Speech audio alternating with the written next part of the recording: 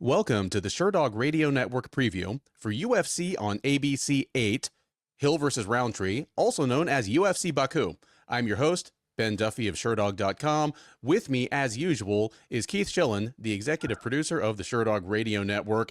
And as of when we're talking right now, Sunday evening, I can say Happy Father's Day to you, Keith, and Happy Father's Day to any of the fathers watching this show during fight week. Happy Father's Day. We are an underappreciated bunch. All the memes went out on Instagram and TikTok today over the difference between Mother's Day and Father's Day. But no, all right, I'm going to say something about Keith here before we even get started. Okay. Any of you that have watched our show more than once know that Keith is, of course, a police detective, and he, therefore, is very much a first responder. On some level, first responders are never really off the job. My wife is a nurse. If she passes a car wreck on the freeway, regardless of where she is, regardless of what's going on, she has an obligation to pull over and help those people. Keith has certain obligations like that. Being a first responder has nothing to do, it has nothing on being a parent. Because on Father's Day, you see that my man Keith is brick red, because even on Father's Day, I was hoping he got a nice steak dinner, maybe some cheap cologne, a necktie. No, he had to go out and do father shit today. Got sunburned, coaching his daughter at softball. Keith, you are the man. How'd it go? Yeah, it went well. We had a really good tournament. We made it to the semis. We came up short, but played the top team that probably won the whole thing at the end. But first of all, happy Father's Day to you. I know obviously you have a bunch of kids. Adam Duffy, who's a regular on the Sherdog Network, is obviously one of yours. Another one that is familiar with the MMA world, Alex Moreno. I know he calls you daddy in the jiu-jitsu room. I know you make him call you daddy, right? So as far I did the recap show last night. It was very late last night, and I'm still going on like 3 hours sleep and sunburned. But honestly, we talked about this off the air, dude. It's not softball. It's just being around my children and taking interest in what they do. There's nothing in the world better than it. So happy Father's Day, children. I know there's tons of fathers out there thinking the same thing. Future fathers, all that. This is the best thing in the world. So happy Father's Day to everybody. Yeah, absolutely. You know, I spent all of my kids are adults now. All but one live spread all across the country. So, I'm past the brute cologne and polyester tie phase. Obviously, but you know what? To get a bunch of text messages from good adult human beings that I did not irreparably screw up on the way up, that still want to hang out with me from time to time, it feels like a win. So yeah, it was a happy Father's Day for me. Absolutely.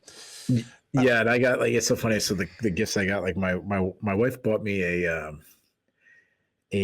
ice bath, because I think I'm getting old at that stage where I start doing some ice bath thing. And she bought me some hiking sticks, because we go hiking a lot. So I don't. So again, I guess maybe I need that too. I don't know. But my kids did little special things, and it's funny. So my daughter, my oldest daughter, she's a very sentimental one. She writes a nice letter and everything. And my middle one bought me a glass that said, "Dad, I love you more than I love my smartphone," for a teenage girl. That's huge.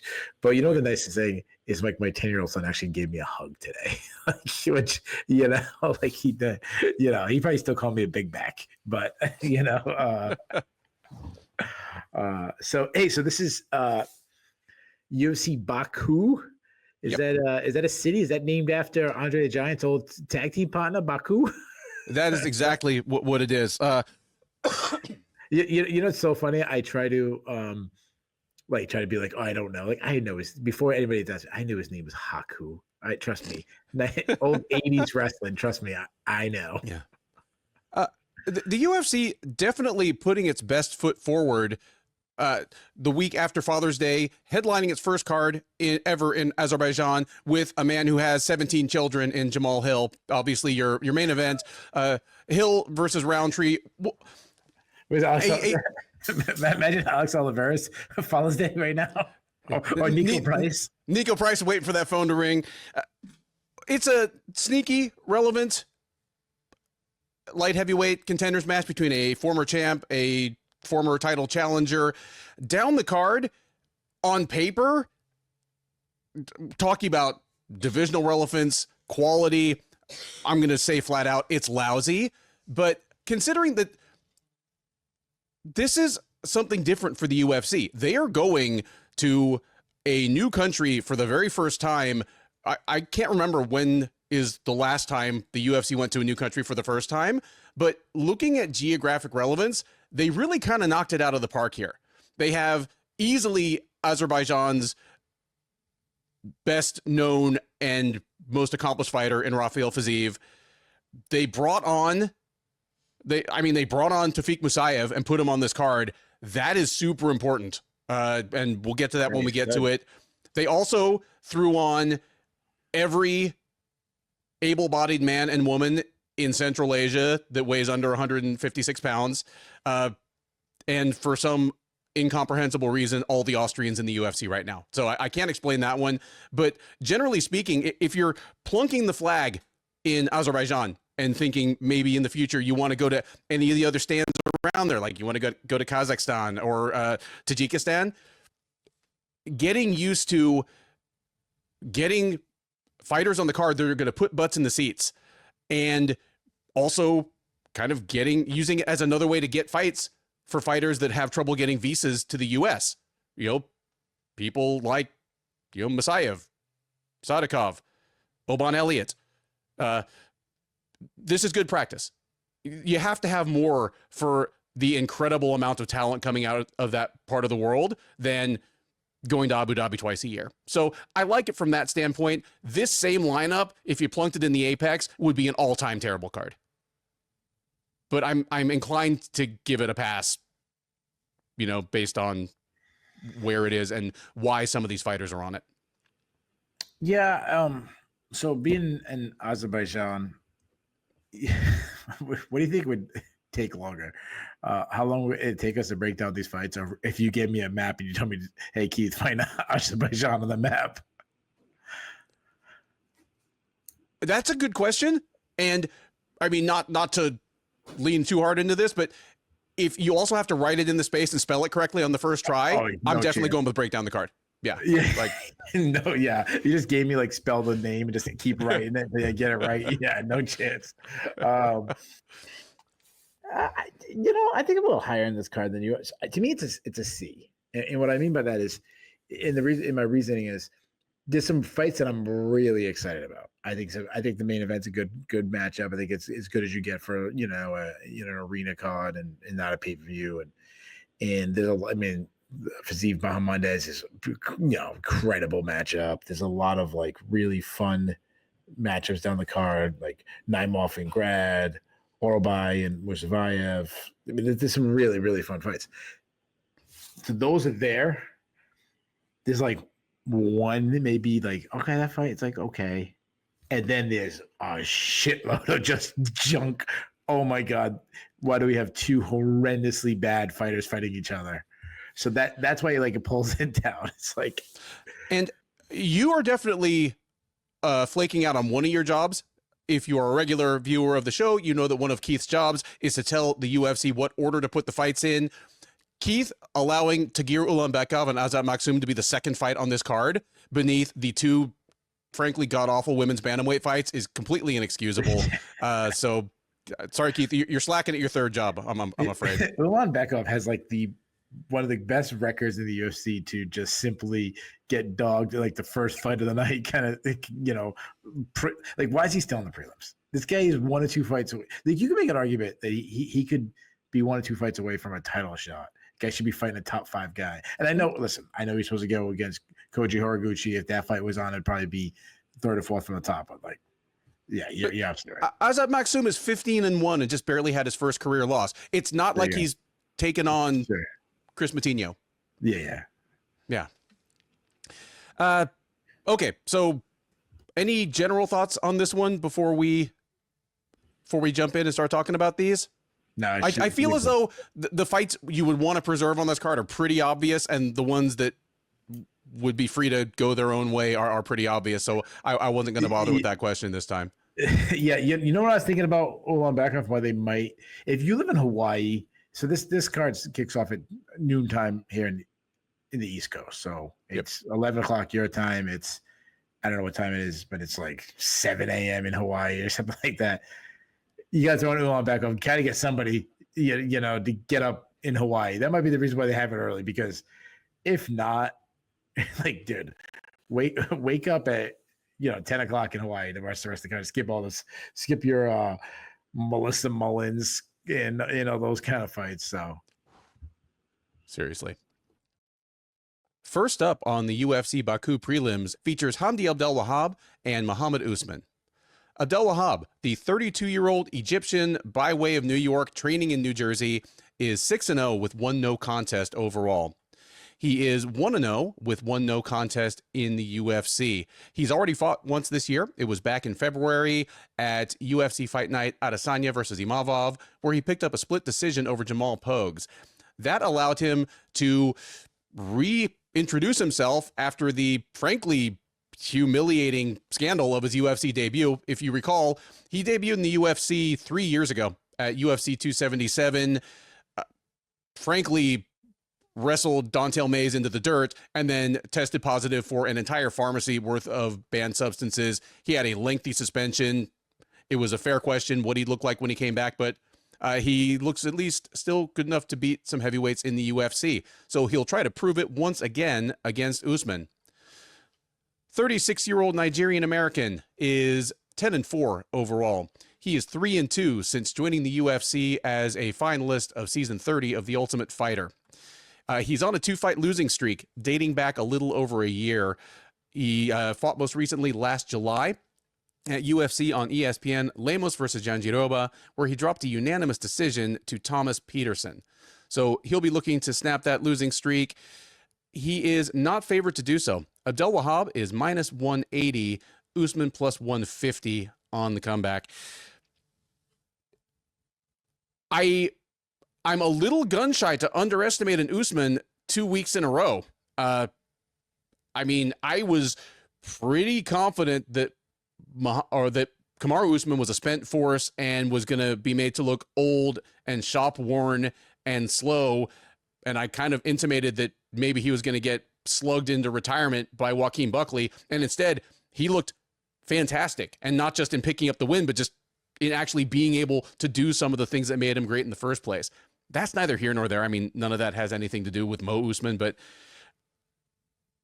at risk of looking like a fool again, Mohammed Usman is better than I thought he was even before TUF, when he had his disastrous debut in the PFL 4 years ago, where he just gassed out horribly, which is very embarrassing for a guy called the Motor, and basically got an exhaustion submission loss to an admitted part-time fighter in Brandon Sales. That was as bad as it gets. He's been better than that, but this in particular, I think, is a bad matchup for him, because Usman at his best, when he shows up in shape, he's kind of a medium-sized guy, a stocky 240-pound guy who's a good wrestler and good cage wrestler. And as his gas tank has gotten better, or he's learned to pace himself better, it turned out he could beat some lower-level UFC heavyweights and just kind of ran into problems against, someone like Mick Parkin, who's actually a solid prospect. But the way he lost to Thomas Peterson makes me think he's going to be in trouble against Abdelwahab. Abdelwahab is going to be bigger. He's a much more credentialed wrestler, and I think he's more MMA effective. I mean, I know that not every fighter with Abdelwahab's credentials has it map over perfectly to MMA, but Abdelwahab is a good, solid heavyweight wrestler, and so he's bigger and he's better at the things that Usman is good at. Abdelwahab's gas tank is not good either, but yeah, I think Abdelwahab just wins a terrible fight here. Because for one thing, it's going to be pretty stalematey in the early going. I don't think Abdelwahab is going to be throwing Usman all over the place the way he did Don'Tale Mayes in his UFC debut. I think he'll get the better of the wrestling, or he'll keep it standing and we'll just have a classic walrus slap fight. But both these guys are going to get tired, and then it's just going to turn into some serious, serious slop. So lousy fight out of the gate, I'm afraid to say, but give me Abdelwahab to probably just win 2 rounds out of 3 in a fight with not much suspense. Dude, this fight, this fight's terrible. You're much higher on Hamdy than I am, but Usman, I mean, his brother looked great. He really did. So I don't want to recap that, but make sure you check out the recap for all my thoughts and the great Dane Fox. So we talked about that one. Usman, he's a low volume counter striker who throws way too many single strikes. He loads up in his shots. He throws a lot of looping punches. He tries to end the fight with one punch every single time. He kind of ducks his head and just throws. He keeps throwing the same looping right hand, making it very predictable. He's also slow. Like, his hands are slow. Now, obviously, he has power. I mean, you look at the guy, you said he's like a medium-sized heavyweight, but like, he's built. Like, he's not like flabby or anything like that. He's a poor like defensive striker. He doesn't move his head. He kind of just turtles up. He also doesn't react to strikes well. We saw that in Parking and Peterson fights. He hated the pressure from Peterson. One of his best things, I think, is actually his calf kicks. One of his best shows was probably against Jake Collier. He was kicking the calves a lot. But because of his wide base, he's open to leg kicks too. Eduardo Perez and Mick Parkin had a lot of success by just kicking his legs. He is a wrestler. He will look for takedowns, but he doesn't really set up his shots well. And he also recently has abandoned his wrestling. He didn't wrestle Mick Parkin. He didn't wrestle is Peterson. I mean, he was actually out wrestled by Thomas Peterson. He likes to close the distance and grind away in the clinch, like similar to his brother, like chest to chest, looking for body locks, looking to grab a leg close to get the fight to the ground. I go back to like the Junior Taffa fight. He got a takedown and just laid and prayed against Junior Taffa. Like I said, he was surprisingly taken down by Peterson. If taken down, he does do well to get back up to his feet. And one of the things I would say, like you said, he's better than you thought he was on when he first appeared in the UFC. One improvement, like I'm not high in his overall skill set, but one improvement I will give him credit for. I think his cardio is much better, and he knows how to conserve his energy a lot better. He hasn't completely gassed out in his last fights. Hamdy Abdelwahab, I'm gonna mess up his last name, but not a lot of experience. I mean, I think he's only 4-0. All of his wins have come over, when you watch his fights before the UFC, were all tomato cans. His best win was obviously his last win. Name value, I'd say, would probably beat in Pogues. But I thought he lost that fight. I scored it for Pogues. And I know a lot of people, then it wasn't like a robbery or anything like that, but a lot of people scored it for Pogues. He's a short and stocky heavyweight. He is a good athlete. Though against Pogues, he was very flat-footed and plodding, which was surprising. He had horrendously low output against Pogues. He slips and rips and tries to throw bombs. He loves his overhand right. I mean, the guy's built like a brick shithouse. So, he's a big, thick guy. So we've seen him, knock guys out in the regional scene. Like in the couple fights, I think it was like I saw a boxing match where it wasn't a boxing match, but I remember it was just a low level. I can't remember what, but he caught a guy, knocked him out in like 10 seconds. But obviously he's a great wrestler, and he's an elite Greco-Roman wrestler. I mean, he was in the Olympics for that. But I've said this before, and I'll continue to say it. I think it's the worst style of the major three wrestling. It's such a limited type of wrestling. So due to his wrestling being Greco, of course, and if you don't know what Greco is, it's basically you can't touch legs. It's all upper body. So he likes to get to the clinch, look for upper body clinch takedowns. Against Dontel Mays 3 years ago, he did have great mat returns. Much different fighter than Mays is now, but mat returns. He completely abandoned his wrestling against Jamal Pogues. If he gets the fight down, he can dispatch hard ground and pound, but his cardio is bad. I mean, he gassed against Dontel Mays in a fight that he won really easy, and he gassed against Jamal Pogues. So I hate this fight. I think both guys are really bad. Usman has faced the better competition, but Hamdy, he has the higher upside, and I still think he's probably the better athlete. I could see Usman winning this fight by kicking Hamdy's legs, avoiding the wrestling exchanges, kind of gassing him out. I think Hamdy has the power advantage, and obviously he has a wrestling advantage if he goes to it. But again, he didn't do it against Pogues, which is concerning in a really close fight. I think this fight is extremely bad. To me, I think it's closer than you. I want to take Usman. I'm gonna go with Hamdy by split decision, but I think this fight's gonna look terrible. I think it's gonna look a lot like the Pogues fight, where we're just saying, "Oh my god, like just hurry up and end already." Give me Hamdy by split decision. Flyweights take the cage next at UFC on ABC 8 as Tagir Ulanbekov faces Azat Maksum. Ulanbekov, the 33-year-old from Dagestan, is 16-2 overall. He is 5-1 since joining the UFC as a former Fight Night Global flyweight champ. He's on a three-fight winning streak since dropping a decision to Tim Elliott a little over 3 years ago. In that time, he has wins over Nate Maness, Cody Durden, and Clayton Carpenter. The most recent of those, the Carpenter fight, was back in January at UFC 311.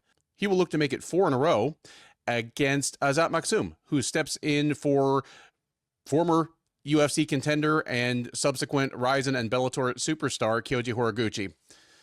Maksum, the 30-year-old from Kazakhstan, is 15-1 overall. He's 1-1 in the UFC. His lone career loss actually happened in his last outing. It was all the way back last February at UFC Fight Night Dolidze versus Imavov, where he dropped a unanimous decision to Charles Johnson. So Maksum, been on the shelf for almost a year and a half, finally getting back to look to, if not avenge, at least bounce back from his lone career loss. He is not favored to get it done, to say the least. Ulanbekov is a comfortable minus 360. Maksum coming back around plus 280 as your underdog. Keith, you mentioned off the top, this was to have been Ulanbekov versus Kyoji Horiguchi in Horiguchi's return to the UFC. It certainly would have been one of the most intriguing fights on this card, maybe the most intriguing, and would have been much further up the card. But I don't think Maksum is too bad of a consolation prize. Tell me your take on this fight, who you think wins, and what it looks like.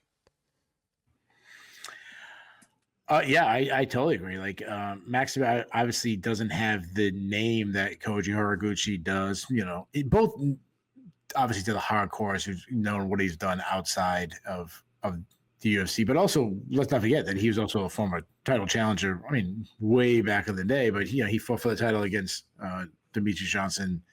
Yeah. I mean, I don't know how many years ago that was, but and I wonder where this would be on the card. I mean, you could probably third from the top if you had the former multi-organization champion coming in. Ulanbekov, I mean, obviously is the big favorite here. I mean, he's looked really good recently in the UFC. He's a good athlete. He's long and lanky. He moves well. He likes to press the action. He has nice volume. He's pretty tactical on the feet. He sets up his shots well with feints, accurate. He works behind a long jab, follows with straight power shots, attacks with combinations, does well to cut angles when attacking. He has some power. Like, let's go back to his showing against Cody Durden. He dropped Cody Durden in that. Now, defensively, I still think he has some issues. One is because he's big for the weight class. He stands up tall. He keeps his chin high in the air. I like his kicks, hard calf kicks, though he doesn't kick. I don't think he kicks enough. Going back a while, like it's been a while ago, but like Bruno Silva had great success by kicking Ulanbekov's kicks. But to his credit, Ulanbekov ate tons of kicks, still dug deep while visibly getting hurt on that leg and found a way to win. He's a good wrestler. Like I said in the past, I do think his wrestling's a little overrated, though. Against Durden, looked really good. He likes inside trips from the body locks. He loves overhooks. He steps over he step over leg dumps. He's very physically strong. He's super strong when he's in the clinch. He's got good entries. He's shown to himself some really good takedown defense. He has to improve. He has improved his top control, and a lot of it is not by advancing. It's been more about stalling on top. He kept getting Tim Elliott down in their fight, and Elliott would pop right back off. Because Ulanbekov was off balance, but now we see a guy who's more like pinning a guy, looking for that first. Got some good back takes, uses those body triangles with his long legs. He has 6 career submissions. He hit Nate Maness with a slick standing guillotine. He subbed Cody Durden in their fight. If put on his back, he can hit some sweeps. He showed good cardio. He pushed the pace hard against Bruno Silva, against Alan Nascimento. Matched the cardio of Tim Elliott, which was pretty impressive at the time. Maxim, obviously, I don't have as long of a list because he hasn't been in the UFC, so my notes on him isn't as long as Ulanbekov, but I like what I see. I mean, guy fights out of both stances. He moves really well. Good footwork. Technical on the feet, sets some shots well with feints. He's got those quick hands, really nice snap on his shots. Works behind a crisp jab. He follows with straight shots down the pike. I'd say he's got plus power. I've seen him overthrow his shots sometimes, and he wants to be the one pressing the action. They go back to the Tyson Nam fan. He hated the pressure for Tyson Nam in their fight. He's also open to leg kicks. I've seen him get his leg kick like he really doesn't check leg kicks. He's a solid wrestler though. He's got some fast entries. Though sometimes he'll get a little desperate and he'll shoot without a setup. But he gets to fight the guard. He's got 5 subs on his record. So this is a step up in competition for Maxim. And I like him, and I think the line should be closer. I still think Ulanbekov, he's better on, more technical on the feet. He's bigger. He will wrestle. I think he's going to wrestle a lot. I think he'll stay on top for a majority of the fight. Give me Ulanbekov by decision. Yeah, you kind of went to the heart of nothing's wrong with this matchup, but what makes this a pretty straightforward fight to pick for me, and it is that Ulanbekov has been fighting some of the best dudes in the world for the last, considering that he came out of Fight Nights Global, which is a very good breeding ground for lower weight classes, he's been fighting some of the best dudes in the world, like probably top 50, top 60 guys for the last 6 or 7 years, where Maksum is taking huge steps up each time out, ready or not. Like Tyson Nam in his UFC debut was already a step up from some of the guys he was beating in like kind of second tier Central Asian promotions. Like Tyson Nam he was pushing 40, but he was still a big flyweight who hit hard and the kind of guy that knows what he's good at and gives himself every chance to win. And he kind of gave Maksum all he could handle. After just barely beating Tyson Nam, he gets Charles Johnson, who definitely was a step up at that point. He lost to Johnson. What's he get from there? He gets Tagir Ulanbekov. He's getting huge steps up each time out, unasked for, undeserved. Like I don't know whether to congratulate or punch his manager, but yeah, that's the thing. Maksum, he's still just 30, and considering that he's a couple years younger than Ulanbekov, if you told me one of these guys, is in the title picture in the UFC at some point, I'm not automatically going Ulanbekov. Like Maksum has more time to kind of, I've said before, coming from a second tier regional promotion to the UFC is kind of like trying to merge into 80-mile-an-hour freeway traffic on like a moped. Some guys get trucked, but here, I think Maksum might actually give Ulanbekov some trouble on the feet. He's just as tall, just as rangy. Defensively, he might have better fundamentals, but I think Ulanbekov can get Maksum down if he wants. And I think if Maksum takes Ulanbekov down, he's not going to like what he gets there. I agree with you that any guy from Dagestan with that haircut is automatically going to be assumed to be a lights out wrestler, where Ulanbekov, he's a good takedown artist, but it's more of a Sambo/judo influence thing. Like I don't know what his entire background is, but my guess would be that he came up through Sambo rather than freestyle wrestling. But yeah, he's just got a fantastic flyweight submission game. He uses his long arms and legs really, really well. Got a great front headlock series, does good back takes that, you mentioned that up until recently, he was not great at kind of top control from guard, but he's slick at moving to the back and he locks that up quickly. And from there, rear naked chokes, face cranks, stuff like that. Because of that, I do favor Ulanbekov pretty comfortably in this. Give me Ulanbekov to have to deal with some two-way traffic early on, but just take over late first round, early second round, get Maksum down if he wants, or punish Maksum for taking him down. I'll take Ulanbekov by second round submission here and only hope that Maksum maybe gets a more appropriate matchup in his next time out. But yeah, I have Ulanbekov big in this one. Next up at UFC on ABC 8, Keith, it is the first of 2 women's bantamweight matchups in a row. And I tell you what, man, the UFC women's 135-pound division, it is so bad right now that if Kayla Harrison beats Amanda Nunes later this year, she might be champ until she's 50. There are 4 135-pound women fighting in these next 2 fights. Yeah. Only one of them has more than 10 career fights. Any one of them is probably 4 wins away from a title shot right now. None of them are that good. And Melissa Mullins has already beaten all 3 of the others. That's crazy. Let me ask you this question. You take these 4 fights. So, you line them up one end, figure out the order. You put Kayla Harrison in there and you just run a gauntlet. Like MMA fight, that as soon as that fight ends, next one goes in. She beats all 4 of them in one night. Yep. One back to back. Yep.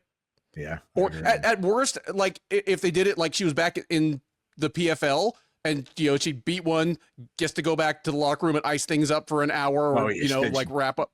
Yeah. No shot. They're beating her that way. No shot. I mean, hell, Juliana Pena might beat all 4 of these women in the same night. Like it's just. I'm just saying, if you gave them one after that, like as soon as the fight ends, like, all right, we're on the next fight, ready to go. I still think she beats all 4 of them. Yeah, and she stopped in like the first 3 in the first round. Oh yeah. It's like it's bad. Anyway, let's talk about this one. First one up: Irina Alekseeva versus Klaudia Sygula. Alekseeva, 34-year-old Russian, 5-2 overall, 1-1 in the UFC. She is coming in off a loss. It was at this point over 18 months ago, but all the way back in October of 2023 at UFC Fight Night, Yusuf versus Barboza, she fought Mullins, who fights in the next fight, dropped a unanimous decision. So after some time on the shelf, the Russian Ronda, as she likes to call herself, is back, looking to get back in the win column against Sygula. 26-year-old Pole, 6-2 overall, 0-1 in the UFC. She fought back in November, getting pounded out early in the second round by Melissa Mullins. So she's looking to bounce back from her UFC debut loss. She is not favored to get it done, as Alekseeva is a comfortable favorite. The Russian Ronda minus 250, Sygula plus 210 coming back. I don't get this line at all. Now, having said this, Irina Alekseeva is not as bad as I thought she was when she debuted in the UFC. Like, I kind of mocked her, kind of styled all over her in the preview for her first UFC fight. I made fun of the Russian Ronda nickname. I pointed out that debuting against Stephanie Egger was a terrible stylistic matchup for a self-styled judoka. And she actually got past Egger quickly. It's a combination of her being a little better than I thought and the division just being terrible, in much the same way as someone like Eileen Perez, where I had a lengthy impromptu comedy rant at Perez's expense ahead of her UFC debut. And in fairness to me, she wasn't that good, but she was good enough to stick around one of the UFC's thinnest divisions right now. And she actually has turned into a halfway decent fighter. She's someone that might actually be in the title picture within the next year or two. I still don't see much Ronda here. But she is big, physically strong for the division. There isn't any high amplitude judo wizardry going on here, but she's a willing boxer who does come forward, throw hard shots. She's not good defensively, but she knows she's bigger and stronger than most of the women she faces in the UFC bantamweight division. It's worth noting that she fought upwards of 135 pounds for most of her regional career, and she knows what she wants to do. Punch her way into range, get her hands on the other woman, put her on the ground, and either try to punch her out, tap her out, or wait her out. Sygula has more upside. She's much younger, at 26, she's the youngest of this batch of bantamweights. She's a good size for the division. She's a striker by preference, but for somebody who's as big and comes across as athletic as she does, I don't think she's a sensational one. She's a longtime training partner of Karolina Kowalkiewicz, and she has Kowalkiewicz power, which is not a positive. Man,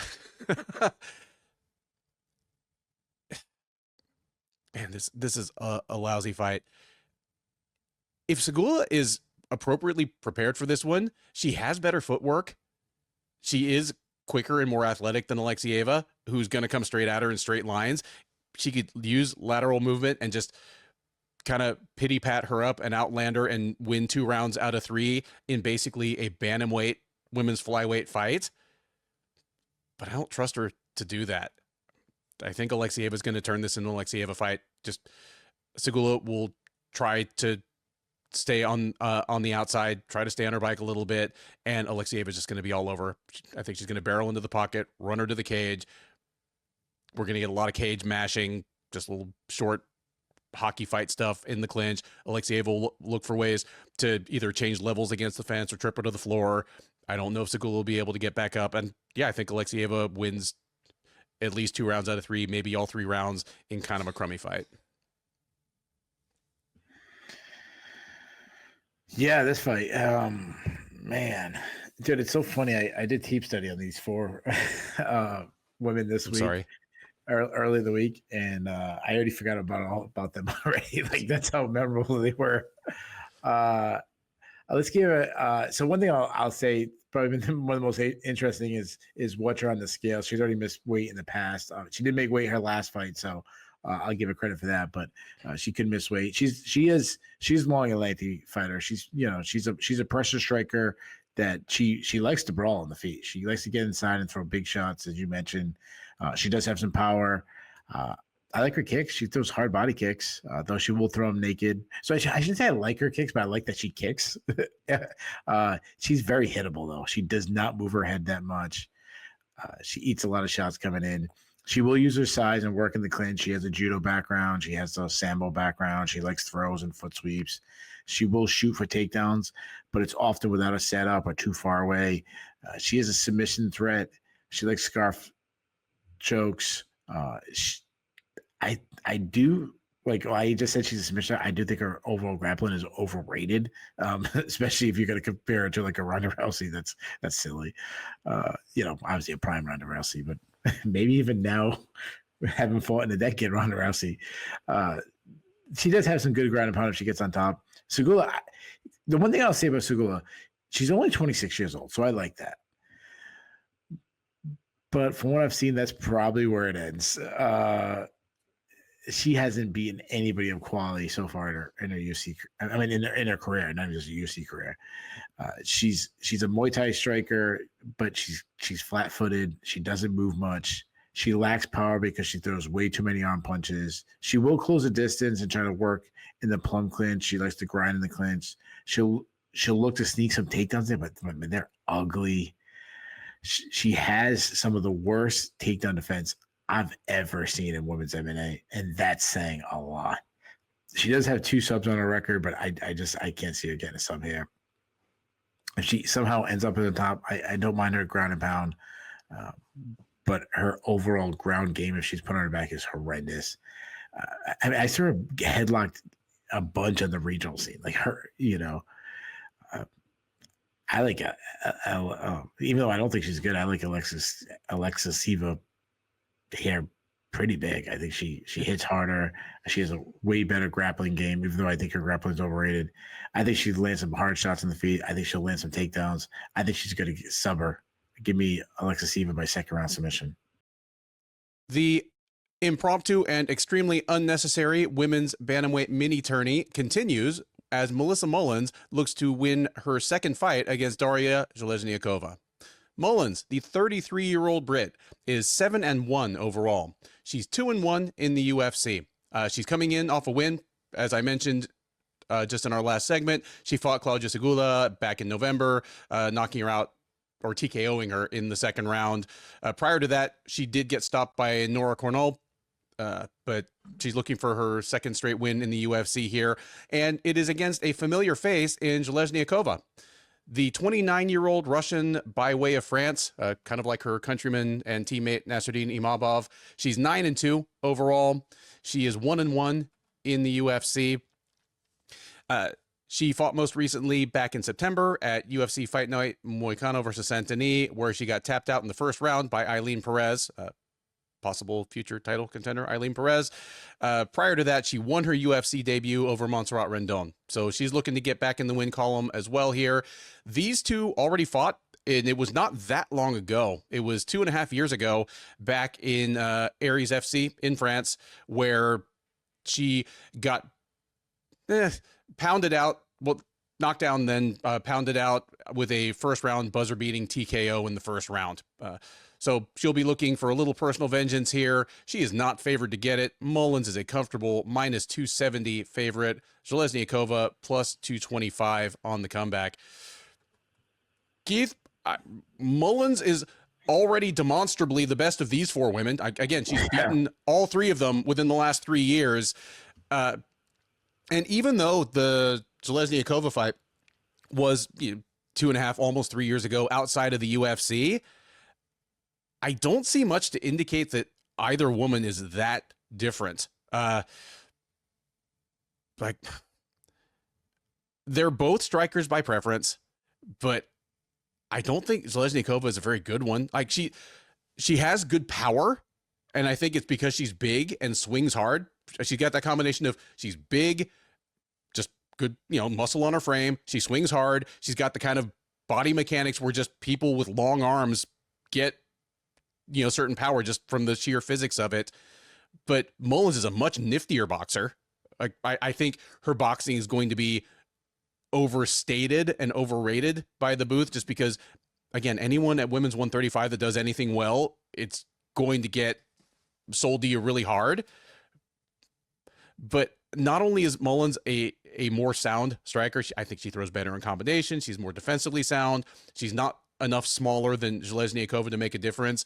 And while they're both strikers by preference, Mullins is much more capable of taking care of herself on the ground than Zheleznyakova is, I think. I don't see much reason this goes any differently than their first fight. And it is just by happenstance that that Mullins managed to get the TKO right at the end of the first round. Just something as simple as like a different ref that maybe goes to the second round. But I think Mullins probably outclasses Zheleznyakova. Short of Zheleznyakova either hitting her with a single huge shot, or there being just some sort of collision scramble that ends with Zheleznyakova on top of Mullins, where she actually does have some kind of scary ground and pound. I think Mullins just outclasses Zheleznyakova and beats her up pretty good on the feet. And if she happens to hurt her on the feet, more than capable of following her to the ground and finishing things there. I'll take Mullins by third round TKO here, but if the TKO doesn't come, I think Mullins probably wins all 3 rounds pretty handily. Yeah, I'm just gonna pass. No, honestly, this is. I guess this was the more intriguing one because, like you said, Mullins has beaten them. Melissa, do they still call Melissa Tanya Mullins? But I don't know. But she used to go by Melissa Tanya Mullins. I'm not a fan of her. On the feet, you're much higher on a striker than I am of her. I think she's really slow on the feet. I think she's stiff. She tries to beat her foes by just bullying them back onto their back foot. She will throw a lot of big strikes, but they're mostly just one punches instead of attacking with combinations. She throws straight shots down the pike, but nothing really stands out because of her lack of hand speed. She has a lot of defensive issues. She lacks head movement. She pulls her head basically straight back to avoid shots. She does have some power because she's a big woman. She's taken a lot of damage. She was hurt to the body in the Nora Cornell fight. She is an intelligent fighter where she can win rounds by getting some takedowns, but I wouldn't call her a wrestler. She likes to close the distance by just like grabbing and putting them against the cage. But like I said, she's not a wrestler. She will shoot from distance, but still not get the fight to the ground. More of a clinch grappler, looks for body lock takedowns. If she gets the fight to the ground, she does advance position. She has some good ground and pound. She has some solid back takes. She's not a submission threat at all. And to her credit, she does have some like solid cardio. Zheleznyakova, I'm sorry, I'm butchering that. She's also big for the weight class. She's a volume striker on the feet. I actually think she has the faster hands. She'll work behind a jab. She keeps things tight inside, throws straight shots down the pike. When she finds her spot, she loves to throw like an overhand right to try to end the fight. She also does some body work. She has some nice power. She has 5 TKOs. She isn't much of an offensive wrestler. Her takedown defense is bad. And she has a bad get-up game, so she's taken down. Like, bad enough you can't stop the takedown, but to struggle to get back up is really bad. She has no offensive wrestling. She has no submission wins. I think this fight sucks. I think both fighters are bad. I might favor Zheleznyakova on the feet. I don't know. I don't know if I favor either one on the feet, but I think she might be a little faster and she might have a little bit more power. But I think it's the ground where Mullins has a big advantage. I don't think either are great at either position, so don't make it seem like I'm saying like they're specialists or anything like that. But I'm going to go with Mullins because I know she will look to get the fight in the best position possible. Like she is intelligent. She will have a game plan. I think she'll stick with the game plan. I think some of the game plan's going to be getting takedowns. So I think she'll get some takedowns. I think she'll spend the majority of the time on top, landing ground and pound. I'm going to say Mullins by decision. We head now to the middleweight division for a matchup between Ismail Naurdiev and Junyoung Park. Naurdiev, the 28-year-old Austrian, is 24-7 overall. He is 3-2 in the UFC across 2 separate stints with the promotion. He went 2-2 between 2019 and 2020 at welterweight, was released or not re-signed, went and won a couple fights in Europe. He was brought back last fall at UFC 308 and was triumphant in his return up a weight class against the rapidly fading Bruno Silva. He has decided to stick at 185 pounds, and he's going to get a much sterner test, at least on paper, in the form of Park. 34-year-old South Korean is 18-6 overall. He's 8-3 in the UFC, and he is coming in off a win. He fought most recently at UFC Fight Night Royval versus Tyra last October, where he picked up a split decision over Brad Tavares. That allowed him to bounce back from his split decision loss to Andre Muniz the year before. So he's looking to build another win streak, like the 4-fight win streak he built, heading into 2024. He is favored to get it done. Park is minus 190, Naurdiev plus 160 coming back. I guess I was mildly surprised. Like, I wasn't out in the streets, up in arms because the UFC let Ismail Naurdiev go. He just was kind of slotting in as just another guy at welterweight, but just another guy at welterweight in the UFC is a whole different proposition than being just another gal at bantamweight. Like, going 2-2 in one of the deepest divisions in the UFC. He seemed like a solid guy, and the UFC always looking to hoard Europeans, generally speaking, to kind of fill out your European card. So I was mildly surprised he was let go. He's back. For what it's worth, I'm glad he's at 185 pounds. He was a good size welterweight. I don't think he's going to be particularly undersized at 185. And he's good to have back because I think he's a pretty fun guy to watch. He's the kind of fighter, I feel as though he's a very classic Western European fighter, to the point that I'm almost surprised that he never fought in KSW, because, KSW is full of pretty technical strikers who tend to brawl more than they need to. And when they go to the ground, they're surprisingly capable of taking care of themselves there. That's Ismail Naurdiev to a T. I think there are people at 185 he can beat, not just the ghost of Bruno Silva, who really did fade harder and faster than just about any contender level fighter I can remember in the UFC in the last 5 years or so. But against a guy like Junyoung Park, who is just the definition of a smart, overachieving, grimy, gritty fighter. I mentioned that Naurdiev is, he's surprisingly good grappler when things go to the ground, but I don't think he's a great wrestler. Junyoung Park is a very underrated wrestler. For a guy that doesn't look particularly huge or strong for the division, he comes across very strong. Just when he actually gets his hand on other bantam or on other middleweights, he's usually pushing around guys who look bigger and stronger than he is. He's winning the wrestling exchanges against guys that look like they should be able to handle him. And then for a guy that doesn't look like a lights out fast twitch athlete, I think he's a pretty solid striker. His hands and feet are quicker than you would think. He has better power than you would think. He's just an easy guy to underrate just because he looks kind of like a medium-sized, dumpy middleweight, but he's overachieved at basically every step along the way. And I do think he has the game to kind of neutralize what Naurdiev does well, turn it into more of a Junyoung Park fight than an Ismail Naurdiev fight. Give me Park to probably go about even in the striking exchanges. I could see Naurdiev kicking him and giving him some trouble, but Park's going to have that outlet where he can get takedowns against Naurdiev, probably even in space, but definitely against the cage. And I think Park probably wins all 3 rounds, but at least wins 2 out of 3 comfortably just by mixing his martial arts at the appropriate times. Very, very Junyoung Park fight where he doesn't lose to people he should beat. And this is definitely one of them. Yeah, this is an intriguing fight, and one of the ones that kind of flying under the radar on the card. It's like probably one of those ones where when I said there's like 1 or 2 fights, that's like, this fight's pretty decent, but not like I'm super excited about.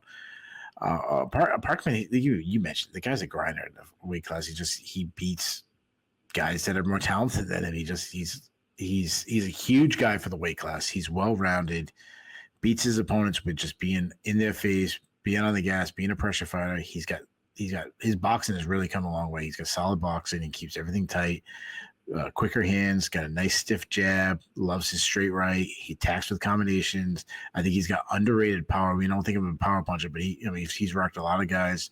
He works the body well. I mean, he crushed Shannon Ross with a body shot. He will throw a lot of leg kicks. Sometimes he will set him up without setting him up, I should say. He has a lot of defensive issues. He's very hittable. He avoids strikes by pulling his head straight back or pillaring, which I don't like. But he's a very good wrestler. He will shoot a lot. He's got some good entries. Gets the fight to the ground. Nice back takes. Nice control. Nice submission game. He's got 6 subs on his record. Naurdiev, I agree with you said. Like, I think this guy deserves to be in the UFC. He's a good fighter. He's a well-rounded fighter. Good striking. More of like a Muay Thai striker. Technical. He's got nice power. He got 12 TKOs in his career. Big kicking game to all areas of the body. He's a solid wrestler. He looks for like reactionary takedowns. Like there's something like if Park over pursues and really pressures him, that's something that Naurdiev can drop down. If he gets to fight the ground, he has a submission on. He got 6 subs on his record too. So I think this is a very underrated fight. I do like both guys. But I'm with you. I'm taking Park. The dude is just a dog. He doesn't stop for 15 minutes. I expect him to pressure Naurdiev with his boxing, with his takedowns. He seems like a guy that it must be super frustrating fighting. I think he gets takedowns. I think he just outpoints him with his volume. I think it's gonna be a pretty narrow victory. You're a little more like decisive on Park than I am, but give me Park by decision. Next up at UFC Baku, and at least as the card is constituted as of the beginning of fight week, the top prelim.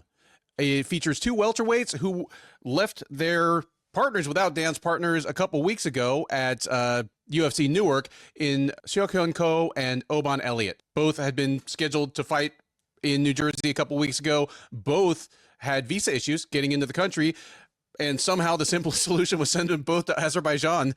So at any rate, we get to see him now. 31-year-old South Korean, is 11-2 overall. This is going to be his UFC debut. He fought on the Contender Series last September, was supposed to fight on May 31st against Billy Ray Goff. Again, Ko fell off the card. gets pushed here to take on Elliott. 27-year-old Welshman is 12-2 overall. He is 3-0 in the UFC since joining out of season 7 of the Contender Series. He was supposed to take on Ramiz Brahimaj in New Jersey. Again, Elliott couldn't get into the country in time, so these two now meet. And Elliott is, I believe, the biggest favorite on the card. He's minus 525, Co plus 400 coming back. I'll say this, man. I rooted for Oban Elliott from the time he joined the UFC. I'm past the point where I get to interview many people, but I produce the Sheehan show, so I have seen, several of his interviews. Just seems like a solid dude, funny, head on his shoulders properly, and a real fun guy to watch fight in Cage Warriors. And had some legit wins, like the win over James Sheehan in his last fight in Cage Warriors has aged really well. But my thought was, I know this kind of fighter coming from Cage Warriors. It's not a plus that he's already got the Jack Della Maddalena nose at age 25 or whatever he was. He's going to be a fun action merchant who's going to win one, lose one, win one, lose one. And it'll be the luck of the draw whether he even gets a second contract in the UFC. Instead, he's 3-0, got the finish in his last fight, and all of them have been fun. And all of a sudden, Oban Elliott is on an 8-fight win streak overall, the last 3 in the UFC, in one of the toughest divisions to do that in. I'm still not calling him necessarily a future contender, but he's only 27 years old, and he has a better command of the ground game, including offensive and defensive wrestling, than I thought he did based on his Cage Warriors footage. And those are the kind of things that allow you to make some hay at 170 pounds. Like, if you can't wrestle, unless you are Stephen Wonderboy Thompson, you're just not going to get far in the UFC welterweight division. So yeah, I'm still not quite ready to call him a future top 10 guy, but he is definitely above the level of a guy that, again, I thought might wash out after his first 4 fights in the UFC. Having said that, I don't see too much out of Seok Ko that makes me think he's going to stick around for very long. Like, he has looked really good against much lower level competition than even most guys coming out of South Korea. Like, if you watch his highlight reel, it's pretty impressive, but the actual full duration of any of his fights, I've said this before, fighters that are used to dominating their fights on the regional scene, especially if they're used to dominating in the same way, like a guy that just takes down all of his opponents and taps them out in 3 minutes, or somebody that just knocks everybody out, with head kicks or with his first big right hand. It's always worth seeing what happens when they start running into people that they can't do that to. Ko already kind of got there on the Contender Series. Like, he didn't look fantastic early on. I understand why Elliott's such a massive favorite here. There's a chance that Ko will, again, do that thing of successfully merging into traffic on his second or third try, but I don't think we got far enough to preview the fight. I think it fell off before then, but I think I would have picked Billy Goff to beat him. And I'm definitely picking Oban Elliott too. I think Elliott probably could strike with him if he wants, but I think Elliott can take him down. And being a smart fighter who actually has something to guard now, he's undefeated in the UFC still. I think he's going to take the smart path here. I could see Elliott just trying to stifle Ko's offense, either by keeping things close in against the cage or just by trying to take him down. And I think he can take him down. And I think Elliott probably grinds out a pretty straightforward decision here with a healthy sprinkling of takedowns and maybe just enough ground and pound to keep things from getting stood back up. But yeah, I favor Elliott pretty strongly in this one. Dude, we have a much different view of these fighters and I'll start with this. I'll do what I never do. I'm going to give you my result first. So okay, I like Elliott. But I disagree. I actually like Ko. I think he's a solid addition to the UFC. Based on, yeah, I agree with what you're saying about the regional scene, but he looked good in the Contender Series. Like he had a good showing in that. I think the odds should be closer. Elliott has definitely faced a better competition. That's no doubt. So I'll give him the slight edge everywhere. I say he brings the fight to Ko. He gets some takedowns too. I like another thing. I like his wrestling higher than you do. So give me Elliott by decision. Now I'll talk about these guys as fighters. So Elliott, I agree. He's really fun. He's an action guy. He fights out of both stances. He's a good striker. Attacks the combination. Throws hard kicks to the body. Though he doesn't sometimes set him up well. He also doesn't check leg kicks. He backs straight up. He pulls his head straight back. I like his wrestling. I think he's a solid wrestler. He does some nice entries. Though he'll sometimes shoot a little too far away without a setup. But what I do like is when he gets to the hips, he cuts the corner really well. He also likes some body lock takedowns. He showed great takedown defense against Preston Parson, and I think Preston Parson's a good fighter. He's good at winning scrambles. He's got good ground and poundings on top.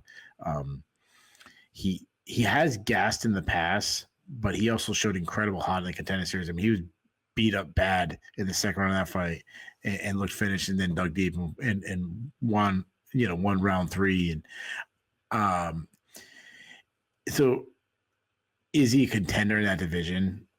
He could be, and he'd be fun because, like you said, he's fun on the mic and everything. That's a tough division, though. So, Ko's southpaw. He's big for the weight class.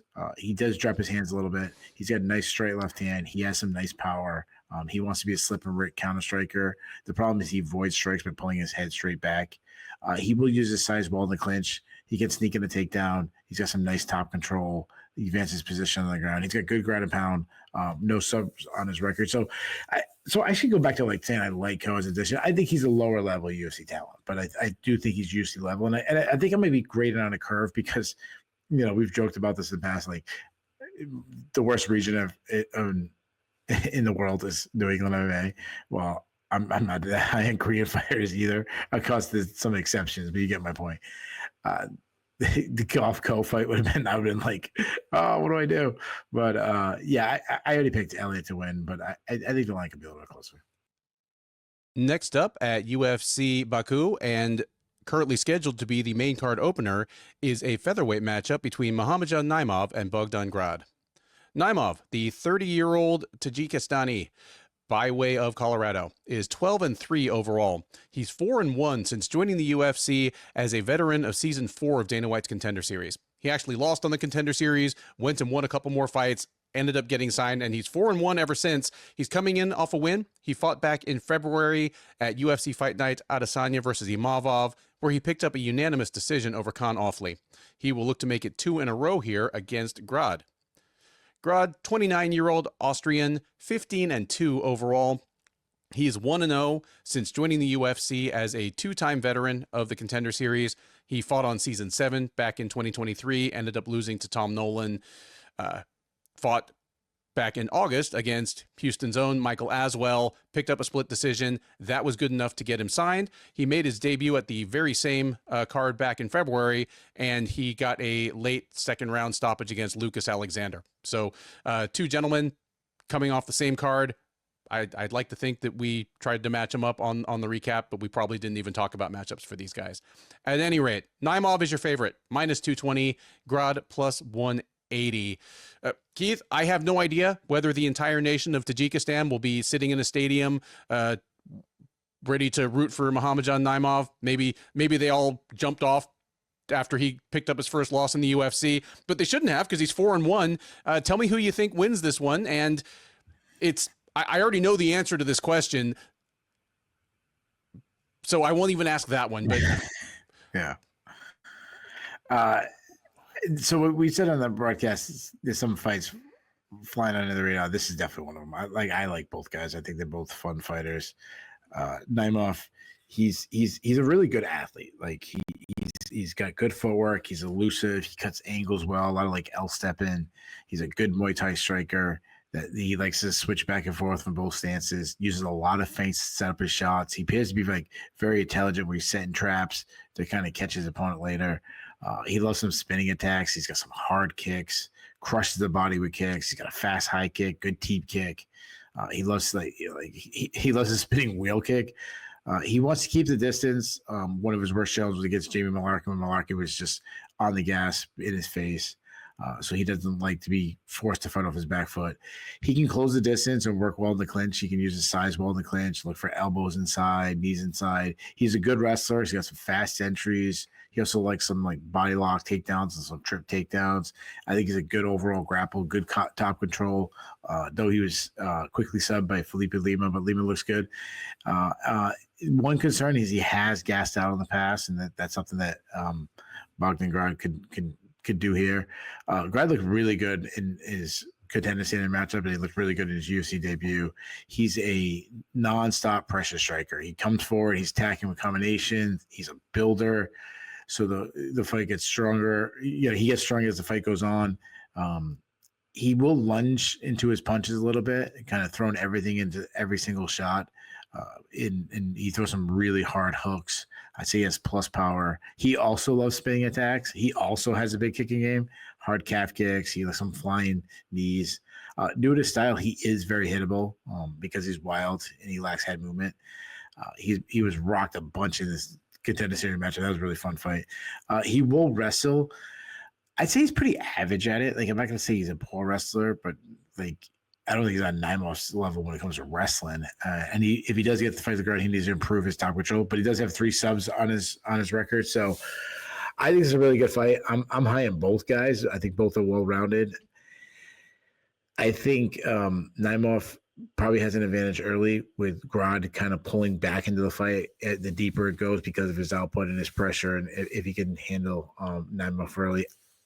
I still am leaning Naimov because I think he's the more defensively sound fighter, and I also still give him the edge in wrestling. So give me Naimov by decision. Yeah, I like the breakdown there. Also worth noting, Naimov is another person that I underestimated when he got to the UFC. I would not have picked him to be 4-1 in the UFC at this point, and a few wins away from maybe being a fringe top 15 type guy. Despite the fact that Naimov ended up winning against Jamie Mullarkey, he and Grad have both been matched up against, lightweights and much bigger dudes and kind of suffered for it. Naimov versus Mullarkey looked a little ridiculous. Grad's first run on the Contender Series was against Tom Nolan, who on top of being a lightweight is one of the giantest lightweights in the UFC. I mean, he's like a 6'3" dude. I'm glad they're getting to fight each other. It should be a really fun fight, but I'm with you in that it basically comes down to Naimov's more fundamentally sound striking, especially defensively, and above all, his wrestling. And that was what I was most wrong about him, because I did not think he would be an effective wrestler against UFC level featherweights, and he has been. It's as simple as that. Just my take on him was wrong, and I've had to adjust it. I think Naimov probably wins by decision in a really fun fight here as well. Lightweights take the cage next at UFC on ABC 8 as Nazim Sadykhov makes what he hopes will be a triumphant homecoming against Nikolas Motta. Sadykhov, 31-year-old Azerbaijani by way of Long Island, New York, is 10-1-1 overall. He's 3-0-1 since joining the UFC out of season 6 of Dana White's Contender Series, so he's still undefeated in one of the deepest and toughest divisions in the UFC thus far. He had a draw against Slava Borshov all the way back in November of 2023. He bounced back from that this February at UFC Fight Night, Cannonier versus Rodriguez, with a between rounds doctor stoppage of Ismail Bonfim. Doctor made it to the end of the first round. Doctor stopped it in between. So he's looking to build on that, go undefeated in his first 5 fights in the UFC. In order to do so, he will need to get past Motta. 32-year-old Brazilian by way of Las Vegas is 15-5 with 1 no contest overall.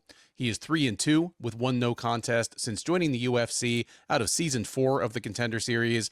And after having a little trouble finding his footing in the UFC. He is on a 2-fight win streak at this point, comprising both of his cage appearances of 2024.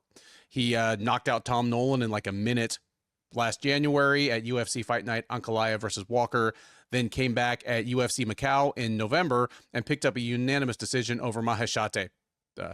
So he's looking for his third straight win here, not favored to get it. Sadykhov, another comfortable favorite on this card. He is minus 425, Motta plus 325 coming back. Keith, is Nazim Sadykhov going to give the Azerbaijani fans something to cheer about? The odds would suggest that. So, of the Azerbaijan fighters, this is the most showcase fight, I would say. So, though, I mean, Motta can hit hard. He's got some skills too. So, I like Sadykhov. I think he's a really good fighter. Southpaw. He's a pressure counter striker. He's good at slipping and ripping. Though he does pillar a little bit more for my liking for someone who wants to counter. I like his straight left. I like that he works the body well. He's got some good power in his hands, good kicking game. He loves spinning attacks. He's got a nice question mark kick. He crushed Ismail Bonfim with it. He's a good wrestler. Though he's had one bad showing, and that was against Barshev, and it was just simply down to his fight IQ, where he, like, going against a guy who can't wrestle and didn't use his wrestling at all. That was very surprising. That's going to stay in my notes for a while. But he needs to improve his top control. He's got some good ground and pound. He is a submission artist. He subs Terrence McKinney, and he's got a good cardio. He can go hard. Motta, he's a solid striker, I'd say, though he needs to improve his volume. He works behind a stiff jab. He does go to the body a lot.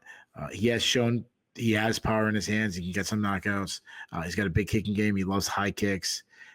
He has good movement. He loves the plum clinch, where he kind of grabs the back of the neck and blasts away with knees to the body. He's a weak offensive wrestler, and I think he's a bad defensive wrestler, and needs to improve his get-up game. He's not a submission threat at all, and he gassed out against Trey Ogden in their fight. But I think the big issue might be he has some durability issues. I mean, he was knocked out by Jim Miller. He was knocked out by Manuel Torres.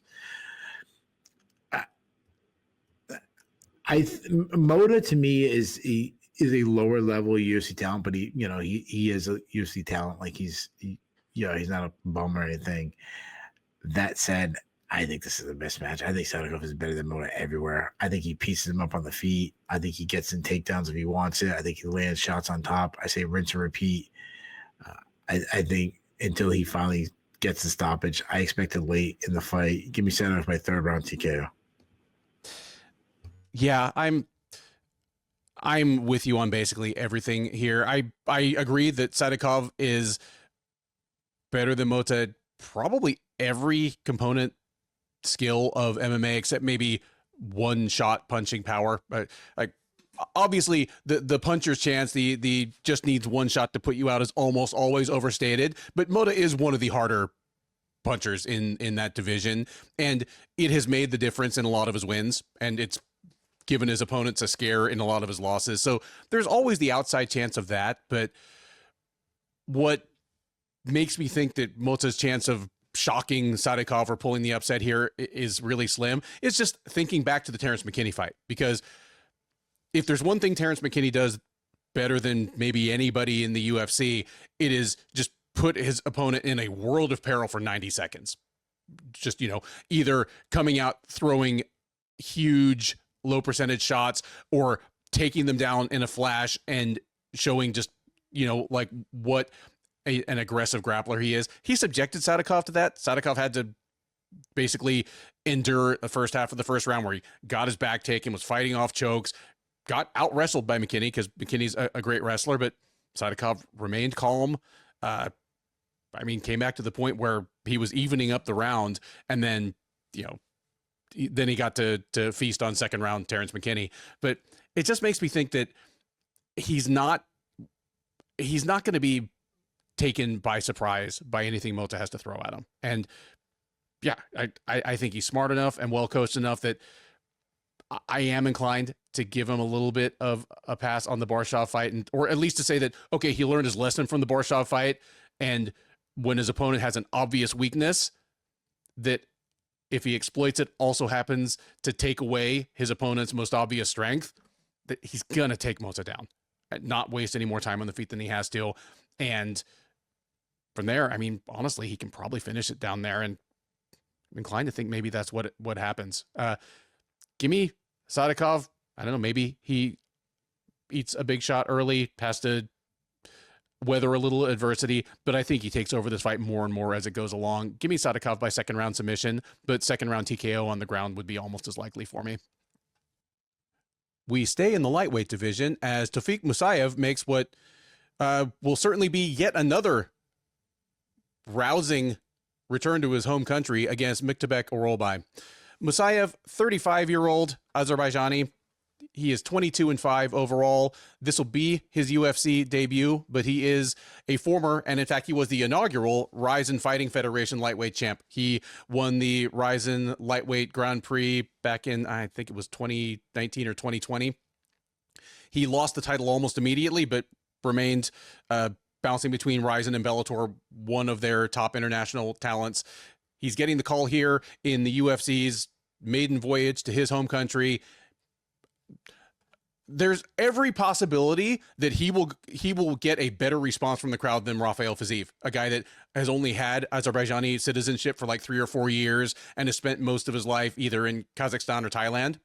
There's every possibility that Musayev will actually be treated as the hometown hero here. It's anyone's guess whether they'll still be celebrating at the end, as he has a pretty stern test in the form of Orolbai. 27-year-old from Kyrgyzstan is 13-2-1 overall. He is 2-1 in the UFC. He is coming in off a loss. He dropped a split decision to Mateusz Rebecki at UFC 308 back last October. Prior to that, he had won handily in his first 2 fights against Uroš Medic and Elvis Brenner. So he's looking to get back in the win column here. Your favorite is minus 160, underdog plus 135. Who are they, Keith? I don't know, man. That's a good call. This is a really Orolbai. You are correct. Orolbai is minus 160, Musayev plus 135.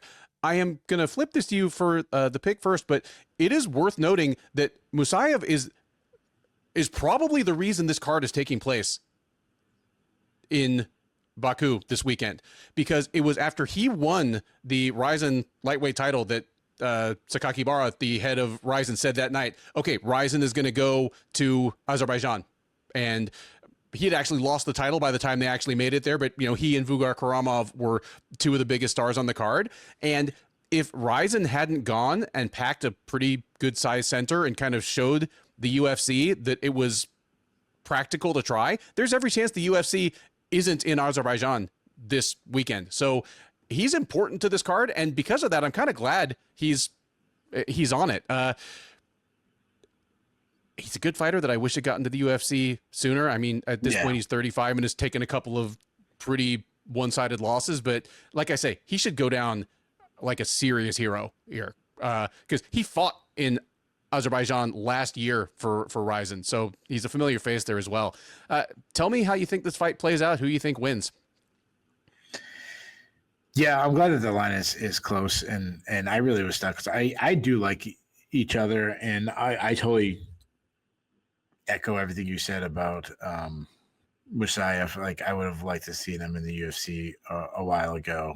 I think he's a good talent, but I don't think he's like done. He's too old. Like, he's still very good. He's a very high level experienced guy. He's fought in Bellator. He fought in Ryzen. He won. You mentioned he won the Ryzen Grand Prix. He's well rounded. He's a very good striker. Good output on the feet. Technically sound. He's accurate. He attacks with combinations. He's got good output. He hits hard. He got 18 TKOs in his career, or KOs and TKOs. He like switch kicks, teep kicks. So plan A is not to wrestle, but he can. Like, he can sneak in takedowns, and he's very hard to take down too. And no, obviously he's lost some fights, but he's lost to good guys, like guys that they might not be in the sure dog top 15 or anything, but they're tough outs, and they might not be in, you go to some website, they're breaking all the guys down. They're much better than the average fan, the guy that just asked me about Sean O'Malley fights and Israel Adesanya fights and stuff like that. Like these are really good guys. Orbai is another guy I like. He's well-rounded, good boxing, clean 1-2s down the pike. Yeah, he kind of has like a very old school bob and weave style to avoid strikes, which I actually enjoy. He likes to get in the side of the pocket and load some big shots. He has nice power in his hands. He loves inside kicks. A lot of his striking, he's a good striker, but a lot of his striking is just set up his entries. He's a very good wrestler. He's also nonstop with his attack, quick entries. He needs to improve his control a little bit, but if he can pin you against, like, down in the cage, he looks like that Dagestani handcuff. He's got more of a like a grappling style to his wrestling. Like, he looks for back takes. He has a submission threat. He has 5 subs. So I think it's incredible. You didn't ask me the usual question, like, what fight on the undercard are you most excited for? Now, it's going to be Faziev versus Muhammadjon. That fight is just insane, but this would be the other one. Like, I'm really intrigued by this one. This is a really good fight. It's tough. I've flip-flopped. I really like both guys. So because of the wrestling advantage, and I know Orbai will go to it, and I'm going to say he ruins the homecoming, but I'm going to say it's super close. I'm going to say split decision, and it's just going to be by takedowns. Again, I think this is 2 guys. Not many people are signing up to fight in the UFC. But give me Orbai by split decision. Yeah, I like that. And I like that you mentioned the people that have beaten Musayev. They might not be in Sherdog's current rankings, but there's every reason Alexander Shabli could be. He is a top 15 talent. Like, he is a great fighter. And then, yeah, he lost to Roberto Satoshi. But it's worth noting that Satoshi knew he had to get that fight to the ground at all costs, or he was just going to get destroyed. Couldn't really take him down cleanly. He had to do a semi kind of sacrifice / guard pull thing, and then triangled him quick. But if those guys fight 10 times, I think it only looks like that one time. Musayev really is a solid talent, and Orbai, he's not going to be completely out of his depth in the striking against Musayev, but he's going to want this fight on the ground. And as you pointed out, he's relentless in pursuing the takedown, doesn't seem to get tired, doesn't seem to give up,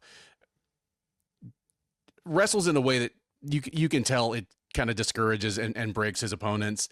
And because of that, I think the crowd will be a little muted by the end as well. I think Orbai wins by decision, and I could see him winning by decision, even if at the end of this thing, he's like 4 for 16 on takedown attempts, because just his takedown attempts are going to mute and blunt a lot of what Musayev does well. Like, Musayev looks like a world beater when he can dictate the distance, the pace. Orobai's not going to let him do that. He's going to make him uncomfortable the whole time. And because of that, I think Orbai probably wins at least the last 2 rounds. Third from the top at UFC on ABC 8 is a rescheduled heavyweight bout between Curtis Blaydes and Rizvan Kuniev. This fight was actually scheduled to take place back at UFC 313.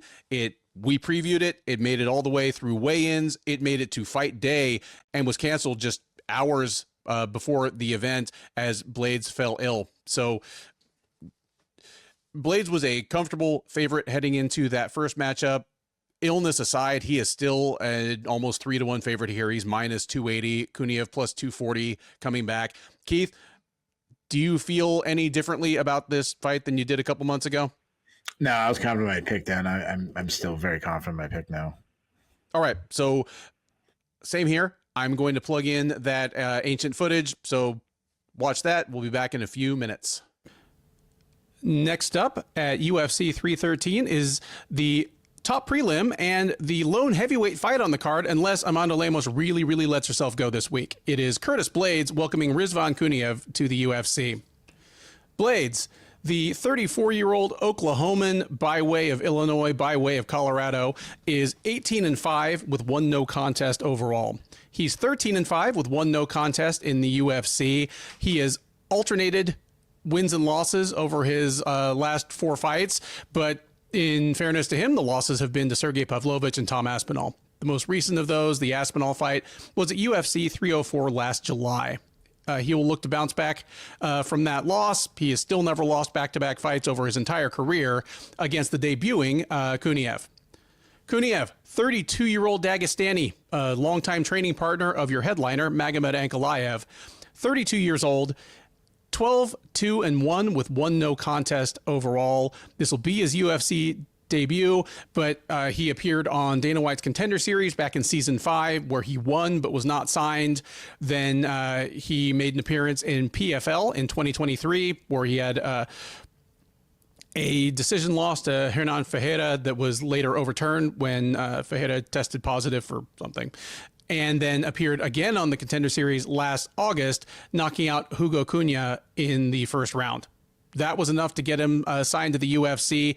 Here he makes his debut, and unsurprising perhaps against perennial contender Blades, he is not favored to win. Blades is minus 300, Kuniev plus 250 as your underdog.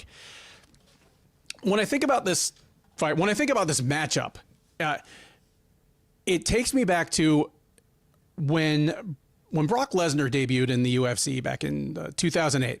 He debuted against Frank Mir, and I remember amid the build up to the fight, and obviously, I don't know where you're going with this. Okay, well, it's a weird, more of an obscure one, but in the midst of all the usual promotional stuff you would hear, because again, we're talking about a former and future professional wrestling superstar against a guy in Mir who is happy to flip back and forth between being a cerebral analyst and talking some wild shit. But I remember Mir saying, I don't like that it's this easy to get a fight with me.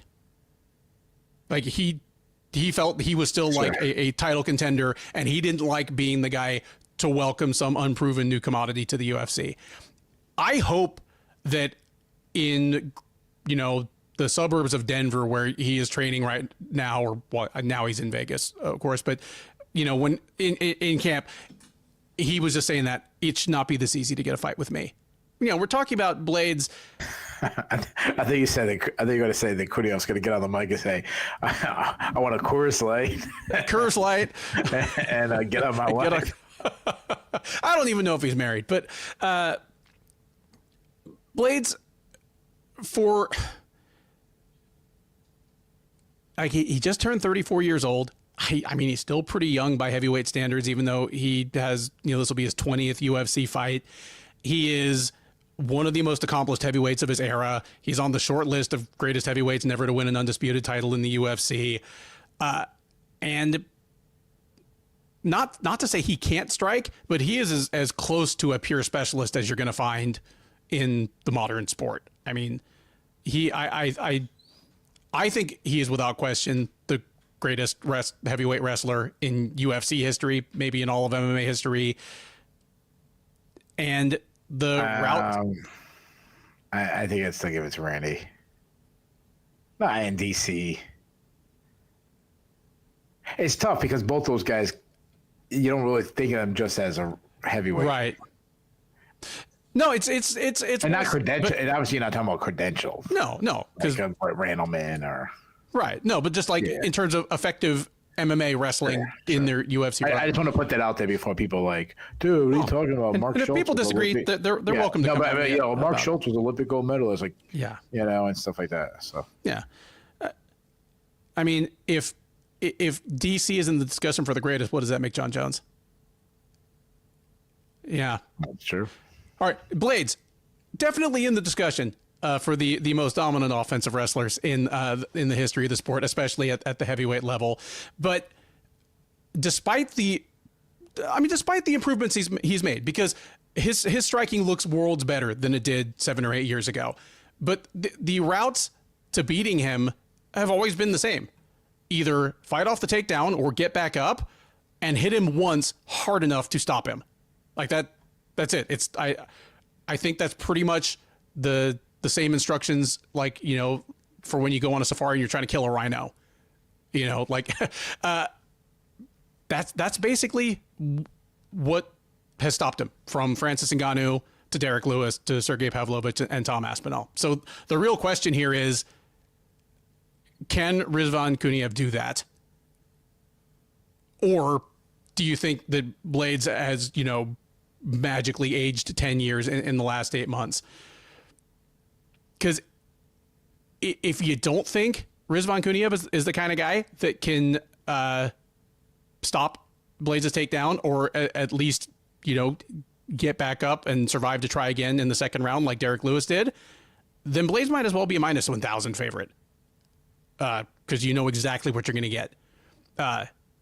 You're going to get him, sticking out his jab and cross, boxing for a minute, shooting a takedown within the first 2 minutes when he feels like it's the right moment, setting up shop in half guard, chipping away with enough short strikes to keep from getting stood up.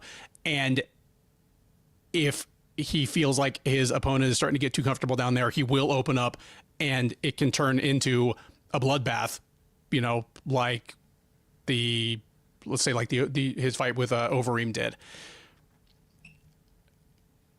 I don't think Rizvan Kuniev is that guy. Like, Kuniev is a striker by preference, and where we're probably going to have a little bit of a discussion, if not debate, in an hour or so over whether Magomed Ankalaev's wrestling is overrated just because he's a Dagestani with, a Dagestani foreguard.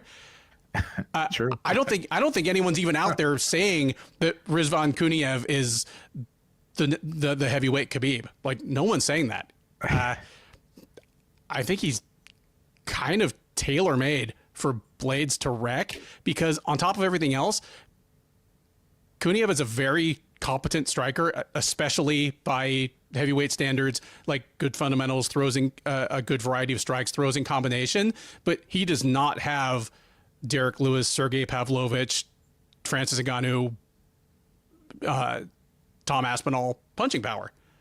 Like, his knockouts tend to be him wearing people down and then unloading combinations on them. I haven't seen that happen to Curtis Blaydes. So this for me is my most secure pick.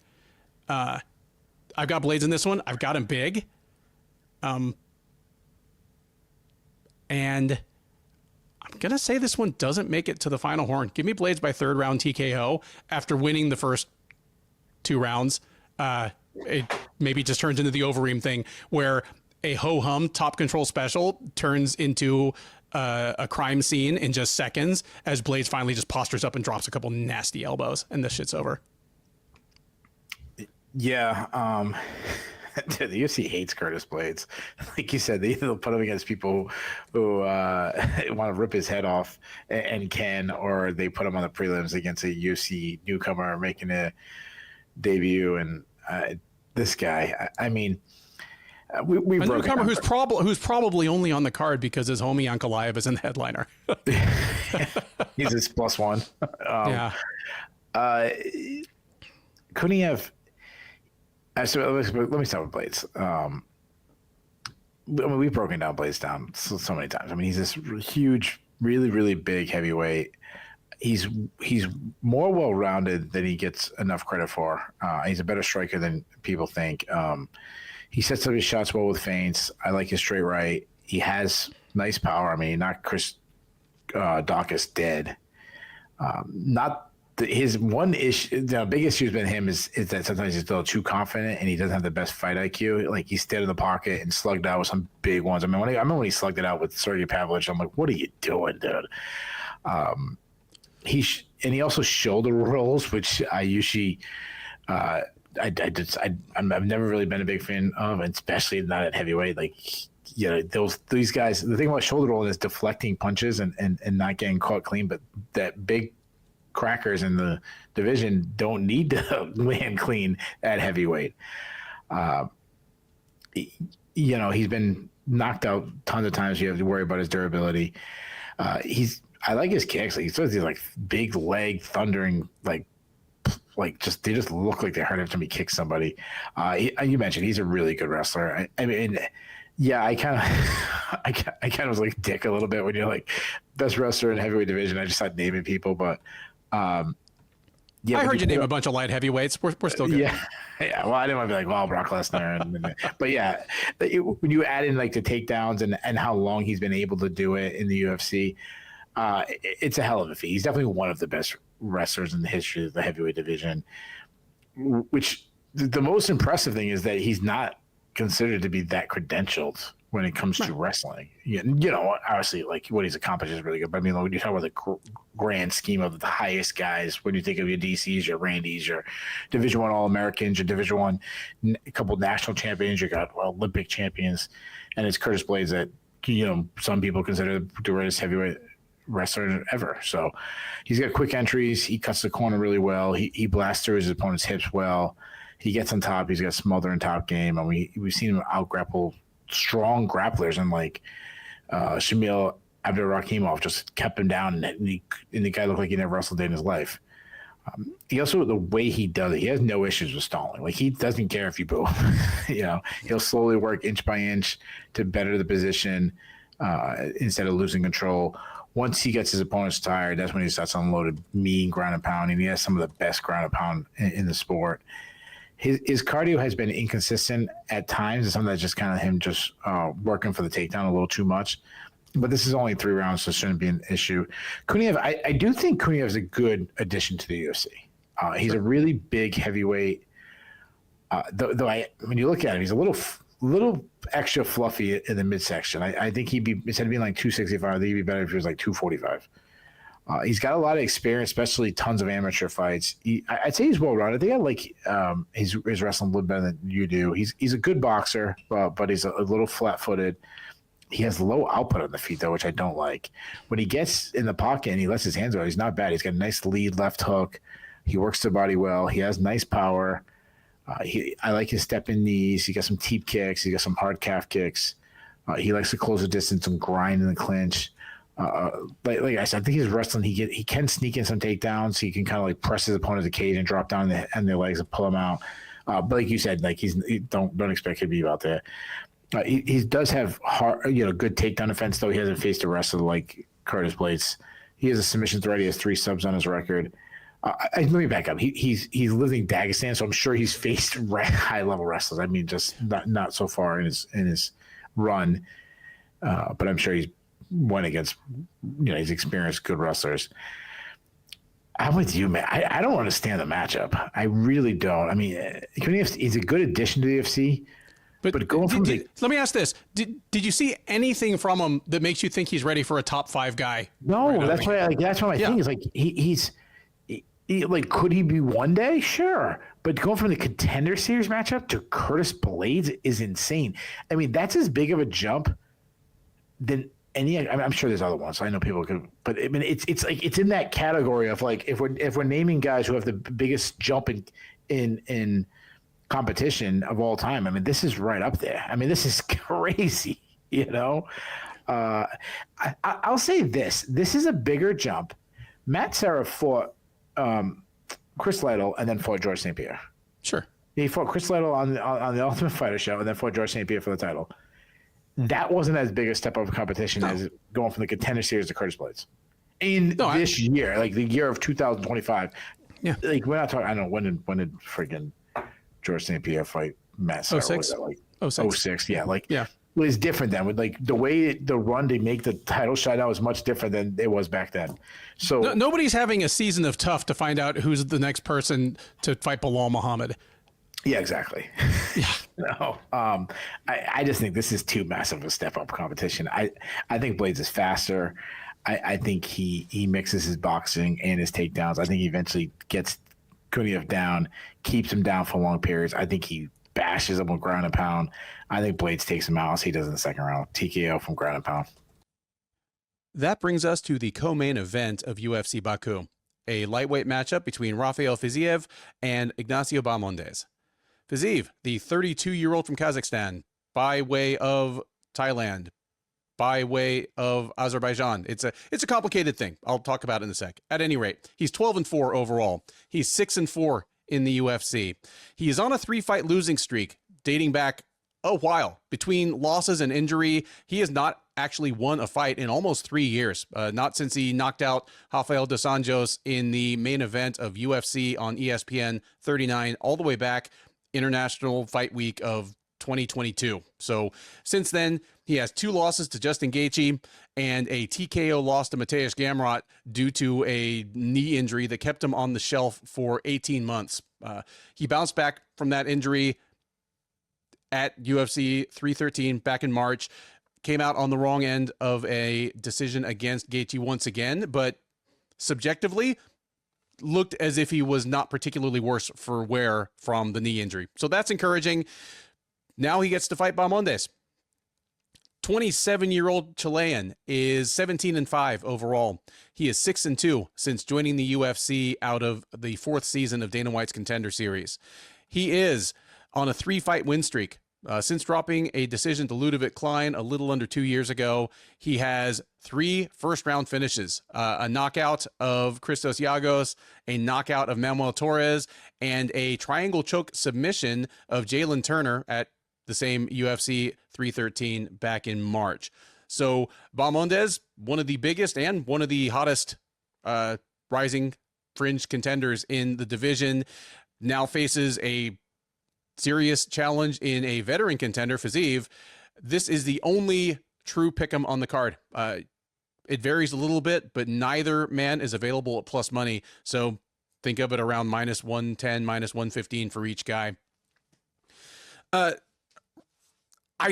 You've said several times, obviously, this is an incredible fight.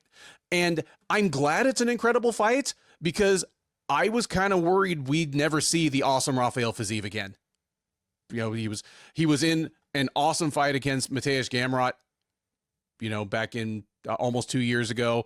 At this point, he fell victim to what seemed to be kind of a low percentage knee injury in the middle of the second round. He was gone for 18 months. And given Fiziev's style and his age and the fact that his explosive athleticism is a lot of what makes his game go, I worried that he was done as a factor in the division.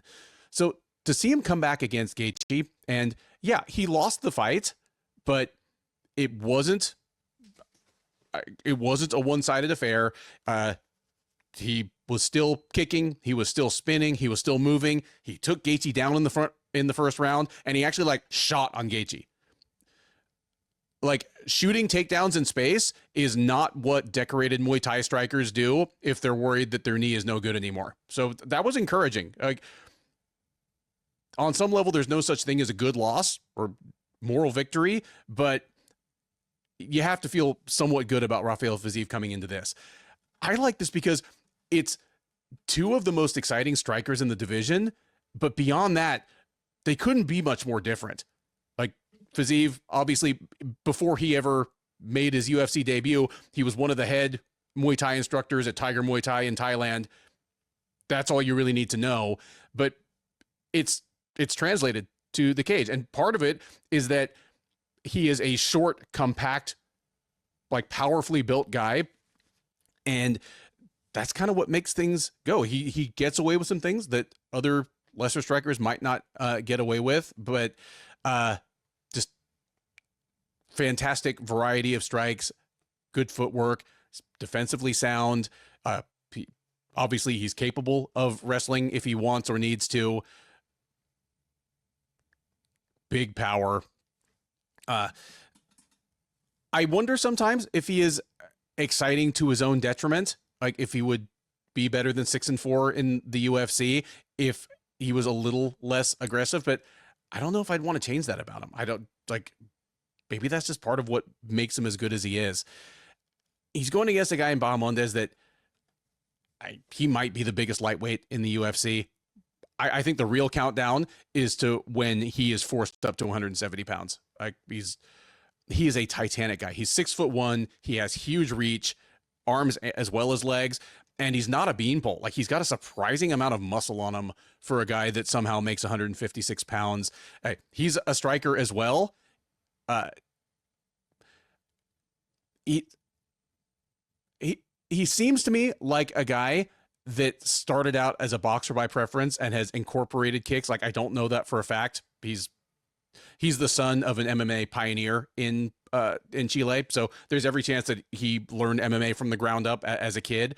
But at this point, he throws all the strikes. You know, he's a good kicker as well as puncher. Obviously, is not as much flashy,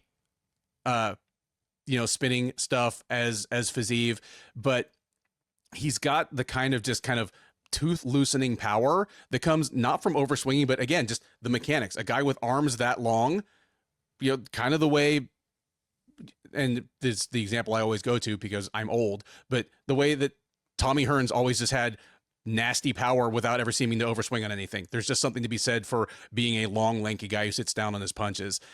The most intriguing thing to me about this fight is whether Fiziev will try to take Bahamondes down, or if what I suspect is correct, how soon he will. I think Fiziev knows that he can win a striking battle against Bahamondes, but if he takes him down, I think he can do good work there. I think he can win rounds that way. I think it will open up the striking for him if he gives Bahamondes something to think about. Obviously, Bahamondes is not a dead fish on the ground.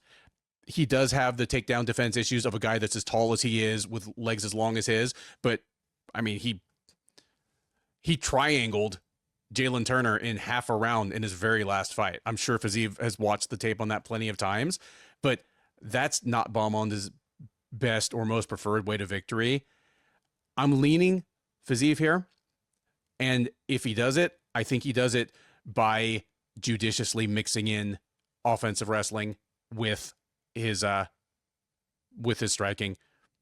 Like the kind of thing he showed Gaethje early in their fight is something I think he can and should do to Bahamondes, like shoot a takedown on him in space. If he gets it, great. If he doesn't get it, that's something for Bahamondes to think about for the remaining 13 minutes of the fight. Give me Fiziev by decision, but as befits a pick'em, this is a hard fight to pick. Yeah, I was wondering who's going to be the favorite. So, you went with Fiziev? I have Fiziev by decision, and for what it's worth, I was mildly surprised that it was a pick'em. I thought that Fiziev would be a slight underdog. Oh, well. See, I was thinking he was going to be the favorite just because, like, he's faced, Justin Gaethje. He's been the top 10 guys, top 5 guys. Yeah. But I guess he's the one on the losing streak versus the guy on the winning streak and stuff. And obviously, this is a step up in competition for Bahamondes. It's not a step up in competition for Fiziev that we know of. Yeah. This fight is amazing. Both guys are so good. Fiziev is, he's on a losing streak, but I don't think he bad in any of those fights. Like he's a really great striker. Well, let me think. He lost to Gaethje twice. And what was the other fight he lost? It was the injury fight against Mateusz Gamrot. Oh yeah, we'll give him a pass, I guess. And even if he got smoked by him, it's just Gamrot twice. Yeah, Mateusz Gamrot. So yeah.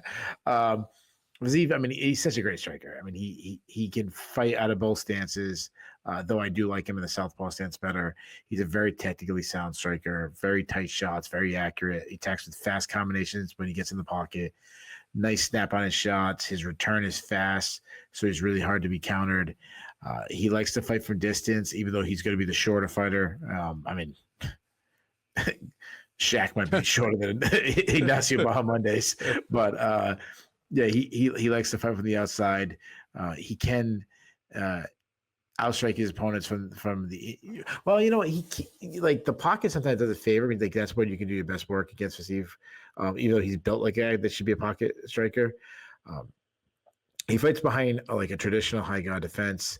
He has some of the best head movement, and actually some of the best, like the most original head movement, I should say, in the UFC. He has that like matrix move that they always joke about. For a guy who's a decorated striker, he isn't a massive power striker. And I've said this about him before. Like, don't overlook this. Like, he can still hit. He's just not like one of the top 5 hitters in the division. He is a guy. He lands accurate, and that's where he draws his power.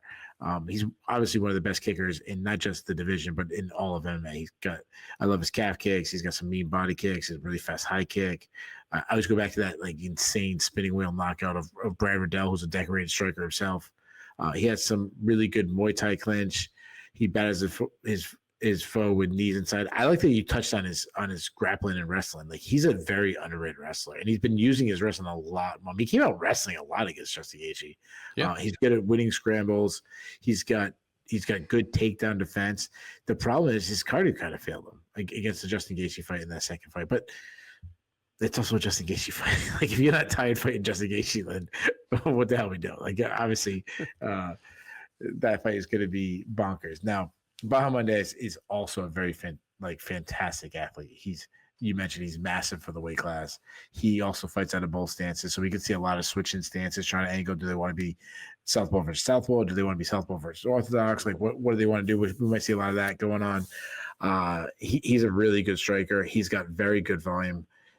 Constantly pressuring his opponent. He wants to be one marching forward. He hates being pressured. He's tactical. One thing he does, he uses his size well, but a lot of people think using size means like jabbing and teep kicking. No, he likes grabbing his opponent's hands and using his range that way, which I absolutely love, because you grab their hands so they're within, and you can easily land the shots, but they can't. So it's kind of like it's like a big brother thing, like, you know, big brother teasing little brother. He's a sniper. I mean, he's accurate. His step back right hand is deadly. I mean, he dropped Manuel Torres, a very good fighter himself, twice with it, and then finished him the second time. He doesn't mind brawling though, which though it would probably not be his benefit because it doesn't help him keep his range, but he will get in there. He can overthrow at times, trying to like finish the perfect punch. He can wing his overhands. He has a lot of variety in his combos though. It goes high, goes low. He batters the body. He has really big power. I love his step in knees. You know, I don't want to say I love his step. I love all step in knees, but he's definitely, because of his height and everything. Sometimes his step in knee is not to the gut; it's to the face because how tall he is. He's a nice distance strikes. I love his teep kicks. He likes the inside leg kicks. He's got a great high kick. I mean, he crushed Christos Giagos with a high kick. He tried to fade back right high kick in his last fight, which was a crazy thing to do. He isn't much an offensive wrestler, but he's hard to take down. He has this like good tall man's defense thing going. If taken down, he's strong on the ground. He uses his long legs really well with his BJJ. He swept Rongzhu when he was taken down by him. If he's taken down, he tosses up subs off his back, triangles and arm bars.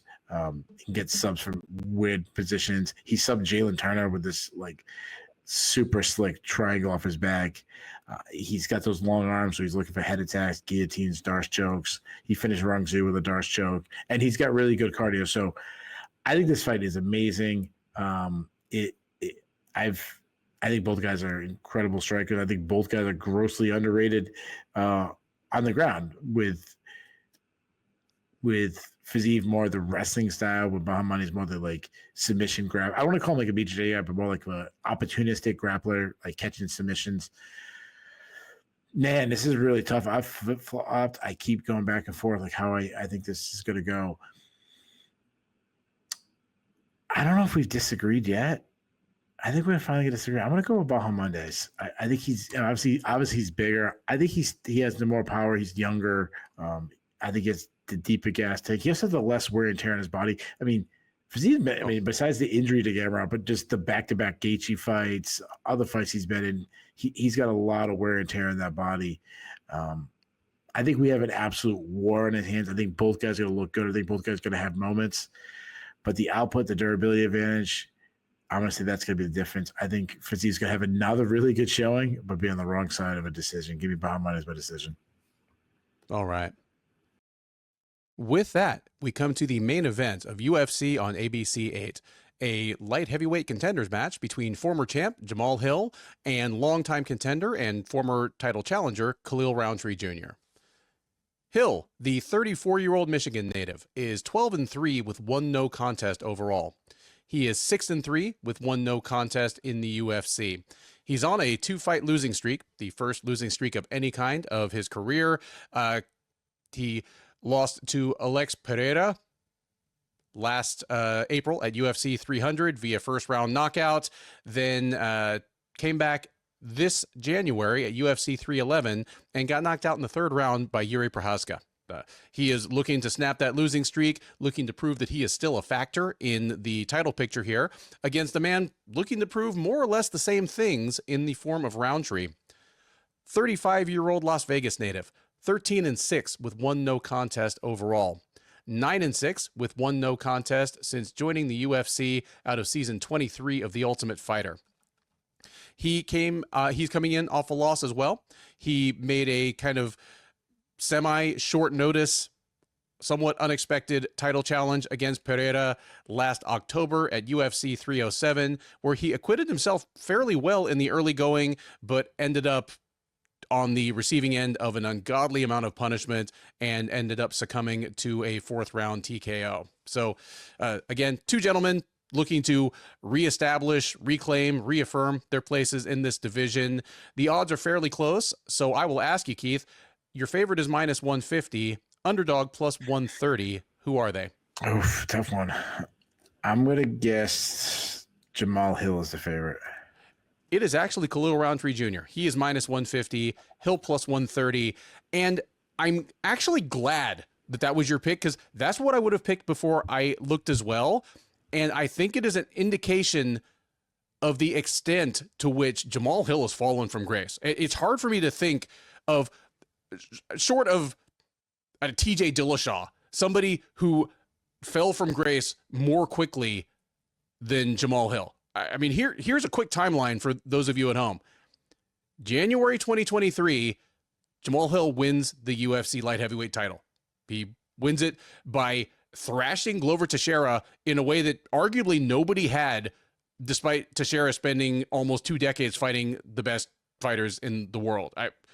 All 3 judges scored at 50-44. A lot of observers, including Keith, scored at 50-43. I mean, it was ugly.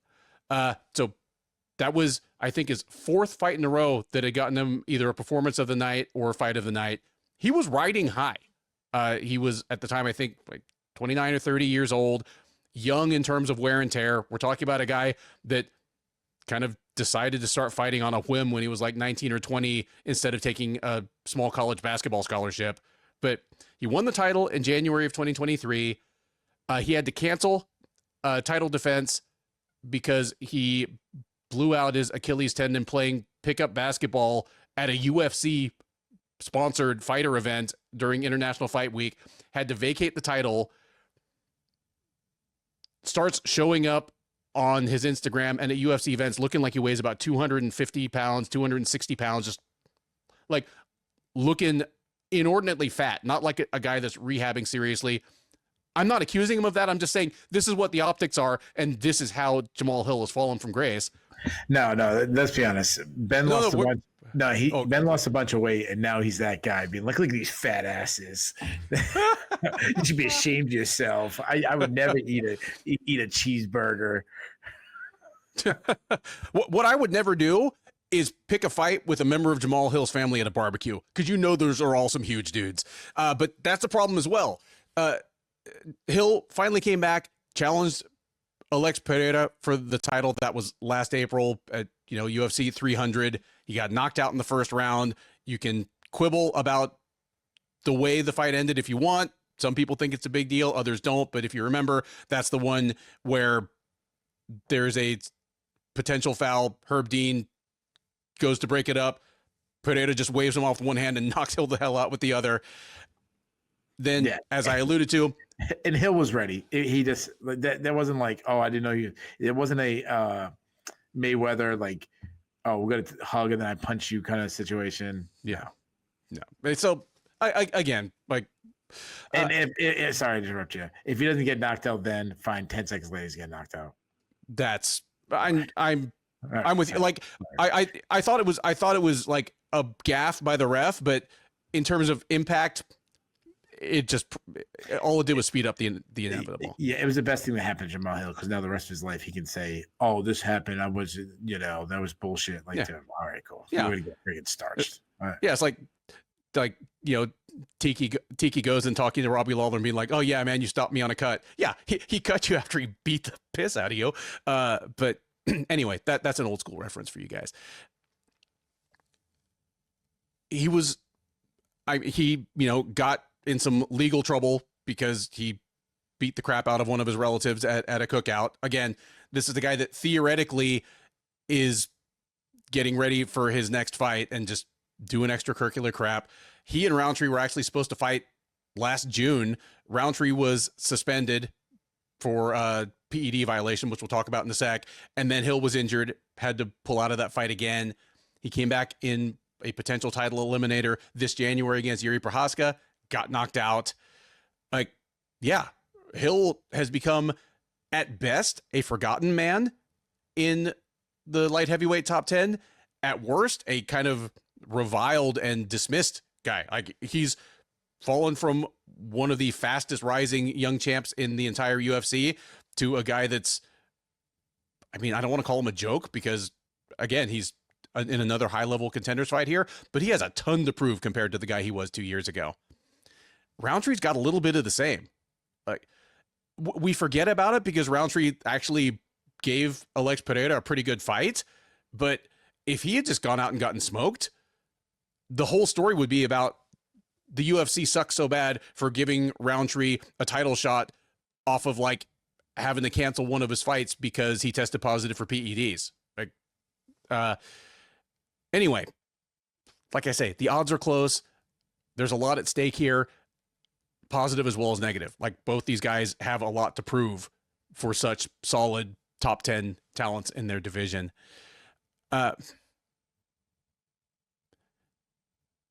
It all comes. See, I know what kind of Khalil Roundtree we're going to get. It all comes down to which Jamal Hill shows up. Like, at his best, Jamal Hill is one of the biggest guys in the division. Like, again, I don't know if he's bigger than Johnny Walker or Ryan Spann, but he's in the conversation. And despite, he doesn't look like Johnny Walker or Ryan Spann. He's not like ripped, even at his best when he won the title. Like, he always looks like a little bit soft, like an outstanding athlete, fast, fluid on the feet, like fast hands, fast kicks, tons of power, just, sensational athlete, numbing power, generally good defensive instincts. Like, he's gotten knocked out now by Alex Pereira, Yuri Prohaska, but they're two of the most dangerous offensive strikers in the history of that division. I don't think there's necessarily that much shame in it. Generally speaking, his kind of instincts in the pocket and then just his speed and power at range have steered him right against much more experienced fighters than himself in that division. Like, he's just chewed him up badly. But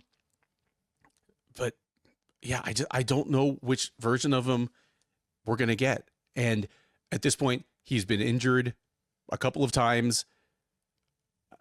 Unlike Rafael Fiziev, I'm not dead sure that he's 100% afterwards. Like, nothing says seriously rehabbing an Achilles tear like putting on like 50 pounds of fat. Like,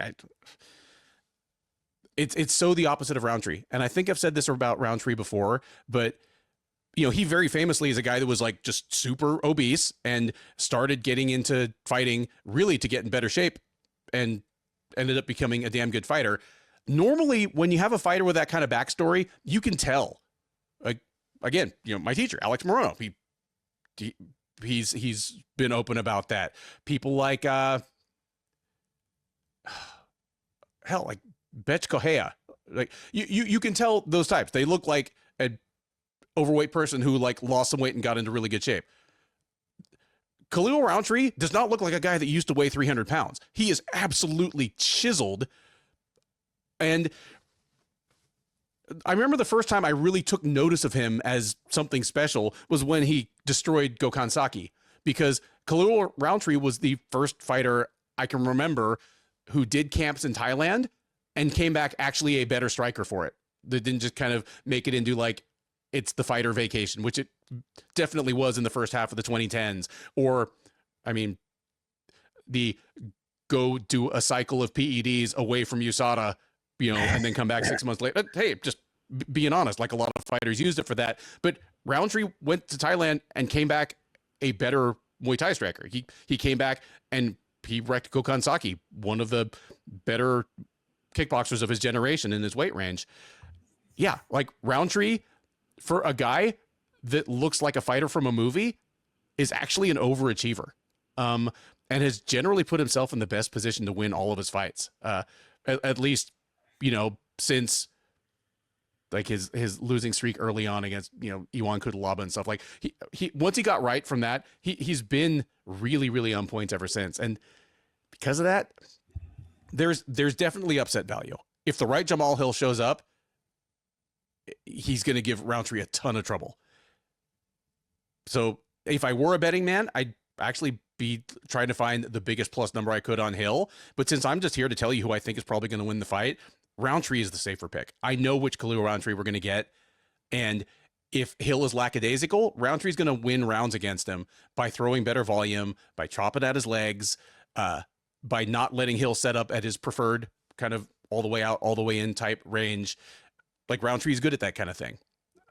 And because of that, that's what I'm going to pick.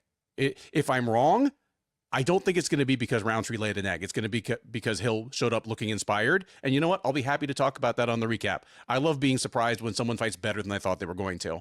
But in the absence of actually seeing it, give me Roundtree by decision in a fight that smolders. You'll be on the edge of your seat the whole time because anything could pop off at any moment, but it never quite does. And so it's a fight that even if Roundtree wins like 49-46 is going to feel suspenseful and exciting the whole time, but maybe won't have the most rewatch value. But yeah, give me Roundtree by decision. Yeah, I'm excited for this fight. I think it's a great main event. I think obviously Hill has his back against the wall after losing 2 in a row. Khalil Roundtree, he's also coming off a loss, so the guy who loses one is really buried. The guy who wins is right kind of back into it. I think it's an intriguing stylistic matchup. Hill, he's southpaw. This guy's huge. Besides, like you talked about him getting fat and everything, like he was always a big light heavyweight to begin with, long, lanky. He's a kickboxer. He's accurate. He has really good power. His straight left is his best punch. Though he was overthrowing a lot in punches against Yuri Prochazka. He usually works the body. He was headhunting against Yuri Prochazka. I think he was so desperate to like shut up the haters and everything that he had a bad performance against Prochazka. I mean, but again, Prochazka's a stud. He lost to Alex Pereira and Yuri Prochazka. Like, okay, like 2 of the top 3 light heavyweights in the world probably. Some things I like that he does. Knees and kicks are a big part of his game. I love his step and knees. I like his T kicks. He works the body well with kicks. He throws a lot of high kicks. He isn't the most defensively sound fighter for a guy that has won, a UFC title. He tends to keep his chin a little too high in the air. Doesn't move his head. He's like kind of slides his head straight back, which is a little bit of a classic tall guy's defense. But he is tall, so that makes sense. He closes his distance and uses his size well in the clinch. I think he's underrated there. Tosses up knees really well, pounds the body with it. He isn't a wrestler, but he can sneak in a takedown, and he isn't a bad grappler at all. I'm not sure about his defensive wrestling. He was easily taken down by Thiago Alves, why not? Thiago Santos, not Thiago Alves. Yeah, Thiago Santos. Yeah. Like a million years ago, but he showed great takedown defense against Glover Teixeira, who's a much better wrestler. So because of his length, he tosses up a lot of submission attacks, but he doesn't have a single submission on his record. So it is clear Roundtree. So if he gets a submission for sub on his record, it could be clear Roundtree. But obviously the biggest concern, motivations was a little bit concerned with Jamal, but more, you got to worry about his chin. I mean, he's been knocked out in back-to-back fights. Again, 2 historically hard hitters in the history of not just the division, but in the sport, Oh, yeah. Khalil Roundtree, and the dude's obviously a very explosive dude. He's an extremely athletic guy. He's a southpaw, kickboxing style. He's light on his feet, good footwork, fast hands, throws so hard. He hits so hard. Throws some of the scariest whipping shots ever. Love his straight left. Is absolutely deadly. He also does really well lining up people for shots. So he measures his opponents really well. He's got a big kicking game, crushing kicks to the body and liver.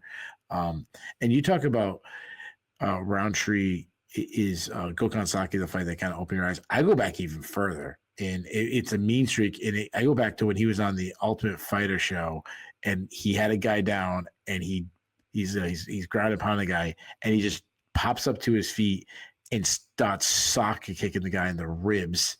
It is always going to be the first memory I have of Roundtree. And always like when I think of, like, all right, you mentioned the guy's name, like always like one highlight or something pops up first. Like you mentioned Tito Ortiz. I always think of him jumping up on the cage saying like "I love you." I always remember like that highlight, or like, you know, dragging the body and doing the grave digger thing, or, you know, insert, you know, you say Hoist Gracie. I think, you know, him getting picked up with his gi all dangling over his body as he's picked up by his brothers. Like, no, Roundtree, it's going to be him popping up and socket kicking some poor soul. It looked like one of the most brutal moments in the history of the sport. Now, he isn't much of an offensive wrestler, but to his credit, he has improved his defensive wrestling. He stopped takedowns from Chris Dawkins. I would still categorize him as a bad wrestler, or a defensive wrestler, so I don't think it's going to strength. And if he's taken down, he's really struggled to get back to his feet. I mean, Iwan Kutalaba smashed him with elbows. And he's super tough to a fault. He had so many big shots for Alex Pereira. He took a lot of unnecessary damage. He didn't go out like crazy, like, you know, flat on his back, flopping back like Jamal Hill did. But it might have been better if he did than take all the follow-up shots or, you know, big shots, unnecessary shots from Alex Pereira, shots that would put down, you know, a freaking horse. Roundtree was eating them. So as far as prediction goes, if I was Hill's coach, I would tell him to get to the clinch, to look to get the fight to the ground. And I think he's going to want to do that. I think he's going to try to do that. The problem is, I think Roundtree uses his footwork to move and keep his distance. I think he kicks Hill a lot. And I think he catches his shin. I said that I thought Hill was going to be the favorite. I don't know if I picked an underdog yet on this card, which is I feel dirty if I didn't. Like, it feels like such a cheap move. But I think it's going to be the third time in a row. I see Hill getting knocked out for the third straight time. Give me Roundtree. I'm going to say he does it early again. I'm going to say first round. I'm pretty confident too, man. I haven't done my lock yet. I'm looking through the couch cushion, you know, seats to get some change because I don't have a lot of money left after my Petrowski lock last week and my screw job on Spivak the week before. But I'm betting all the money I have on Roundtree. Roundtree's my lock of the night in the main event. Yeah, neither of us picked an underdog tonight. In 5 years of doing the show together, this is the first time that neither Shillen or Duffy has picked a single underdog. We're here to tell you who we think wins the fights, and we're generally a little more willing to go out on a limb than some because, again, we're not a betting show. But yeah, this is unprecedented, going straight chalk. There was one pick'em, the co-main event, but aside from that, all favorites. And that is it. The Sherdog Radio Network preview for UFC on ABC 8, Hill versus Roundtree, Roundtree versus Hill. I've been Ben. He has been Keith. If this is your first time watching or listening to one of our previews, first of all, thank you. We hope you enjoyed it. We were a little bit more business-like tonight than usual, but we generally do our best to bring you a mix of in-depth analysis and occasional humorous or historic asides that we think is pretty unique in this space. Please do like, subscribe. Neither of those things cost you anything. They make our bosses happy. They allow us to keep bringing you this content free of charge. Please drop us a comment. Keith and I both man the comment section. We'd love to hear your take on these fights. If we left any obvious upset value on the table, let us know. Because again, we were both complete squares this time. So if you pick an upset and it pays out, we will give you your flowers on the recap. You just need to come collect them. We are live on the Sherdog YouTube page right after the main event. Keith normally runs that show, but because this is a super early card, I'll either be soloing it or have a guest co-host. I'll probably be running the thing. We'll talk about all 12 of these fights from the main event on down to the curtain jerker, talking about what was good, what was bad, what was surprising, what was controversial. There's always something. Talking about what's next for some of the notable winners as well as losers, and talking with you. The live chat is open that whole time, so we're taking your questions, your comments, and your hot takes in real time. We have a growing community of friends that hang out with us after the fights, and we would love for you to be part of it. Between now and then, thank you once again for listening.